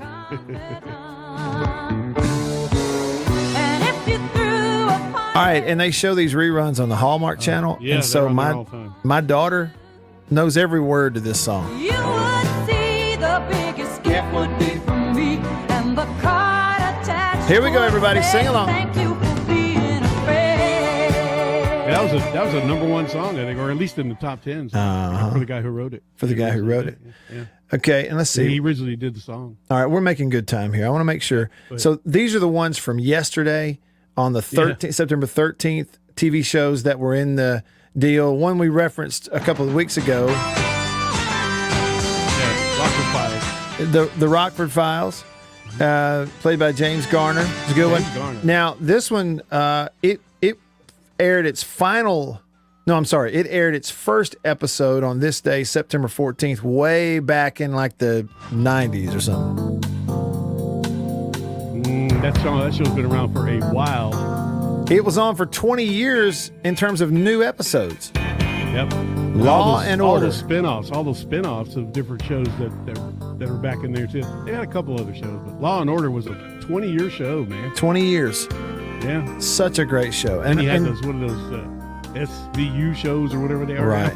They're still on. They're Back still at the on. At the same time. I still enjoy the old Law and Order shows. Yeah. Okay, and then this one too. This particular show began its final season on yesterday, September the 13th, several years ago. Remember this one? Yeah, I've heard the theme. Everybody Loves Raymond. Oh yeah. Remember the theme song? Yeah. I mean, and I've got to get Annabeth to tell you the story. The cast of Everybody Loves Raymond came to a celebrity event in Amory, Mississippi 15 so years ago. And she was working in news then and had to go and like interview all of them. And the big tall guy, Brad Garrett, he was kind of hitting on her. But in a fun way or whatever. He says, you know, your dad by chance, he doesn't own a shotgun, does he? But she got to meet all of them. It was pretty cool. Brad Garrett. Right. Brad Garrett. You know, and Herman Munster laugh all the time. It was so funny. Oh no, yeah. It's great. Okay, now let's flip on over to the music scene in the Wayback Machine.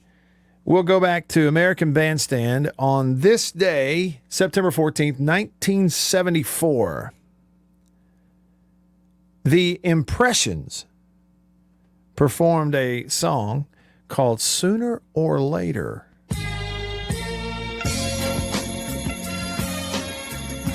Yeah! Bill, is this one you were familiar with previously? I have heard it, yeah. Okay. You know, this morning when the phone rang, I knew something was wrong. I like them spoken word. You know that funny feeling you get sometimes? Oh, yeah. Oh, yeah, I know. I know, thanks.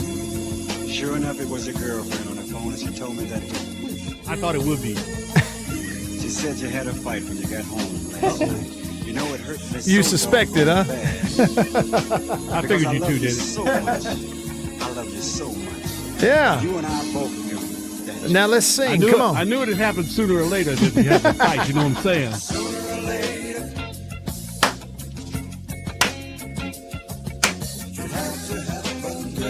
Oh yeah. Sooner or later. I knew it would. I told you. Sooner or later. That's exactly right. The Impressions up on the stage. That's American great. Bandstand. American Bandstand. Bill, you nailed it. He said it was a girlfriend on the phone. You said, I knew it would be. Yeah, I knew you'd have a fight. I knew you'd break up with him and come back to me sooner or later. Sooner or later. All right. On the text line, Joe Mailman reminding us that B. Arthur, who played Dorothy on the Golden Girls, was in the Marines. Sure was during World War II. Yeah. Jason in Flagstaff remembers when the cast of Everybody Loves Raymond came. It was the Amory Railroad Festival. That's right. They had some big celebrities. One time they had Brooke Shields come, and she was there at the Amory Railroad Festival. A buddy of mine had to do some emceeing on a stage to introduce people. Behind the stage, he was going to go to the bathroom, right? And he goes to the bathroom, door's locked. And he's like, I can't get it open. He's then he realizes someone's in there. All right, so... No, I'm sorry. He's in the bathroom. Yeah. Somebody's trying to get in. He's like, it's occupied, out in a minute. He opens the door. It's Brooke Shields. She's waiting to get in. And the only thing he could think to say to her was, oh, if I'd known it was you, I'd have let you in. He said she got sort of a big kick out of that. Bulldog West said, Matt, on this day in 1970, I was one. LOL. Hashtag Hail State. Goodness. And a boy, Wes. I did in high school. And a boy, Wes. Age is just a number. That's right. RT was a big fan of Ice-T on Law and Order. Oh, yeah. Regarding Brady Bunch here, what are we looking at here? He sent me a picture of the stuff he cooked, and then another picture, and he says, oh, look at here. It says, that is not a photo of Marsha Brady. That's my homecoming queen as a second grader. Looks a lot like Marsha. Boy! So, Olivier's better half as a second grader did very much resemble Marsha Brady, in my opinion. Thanks for the picture. And Ready Teddy, I noticed that too. JT Gray sounds a lot like Fred McAfee, right? Kind of a do-it-all, just special teams, just team player, but can't live without him kind. Can't win without him kind. Those kind of guys. Good show today, Bill. I really appreciate you. Thank you. You too, sir. For Bill, I'm Matt. We'll see y'all tomorrow, same time, same place. See. Another load of Smart Pills has been distributed, and I'm slap worn out. So I'll just say, so long, neighbors. Get me out of here, Percy.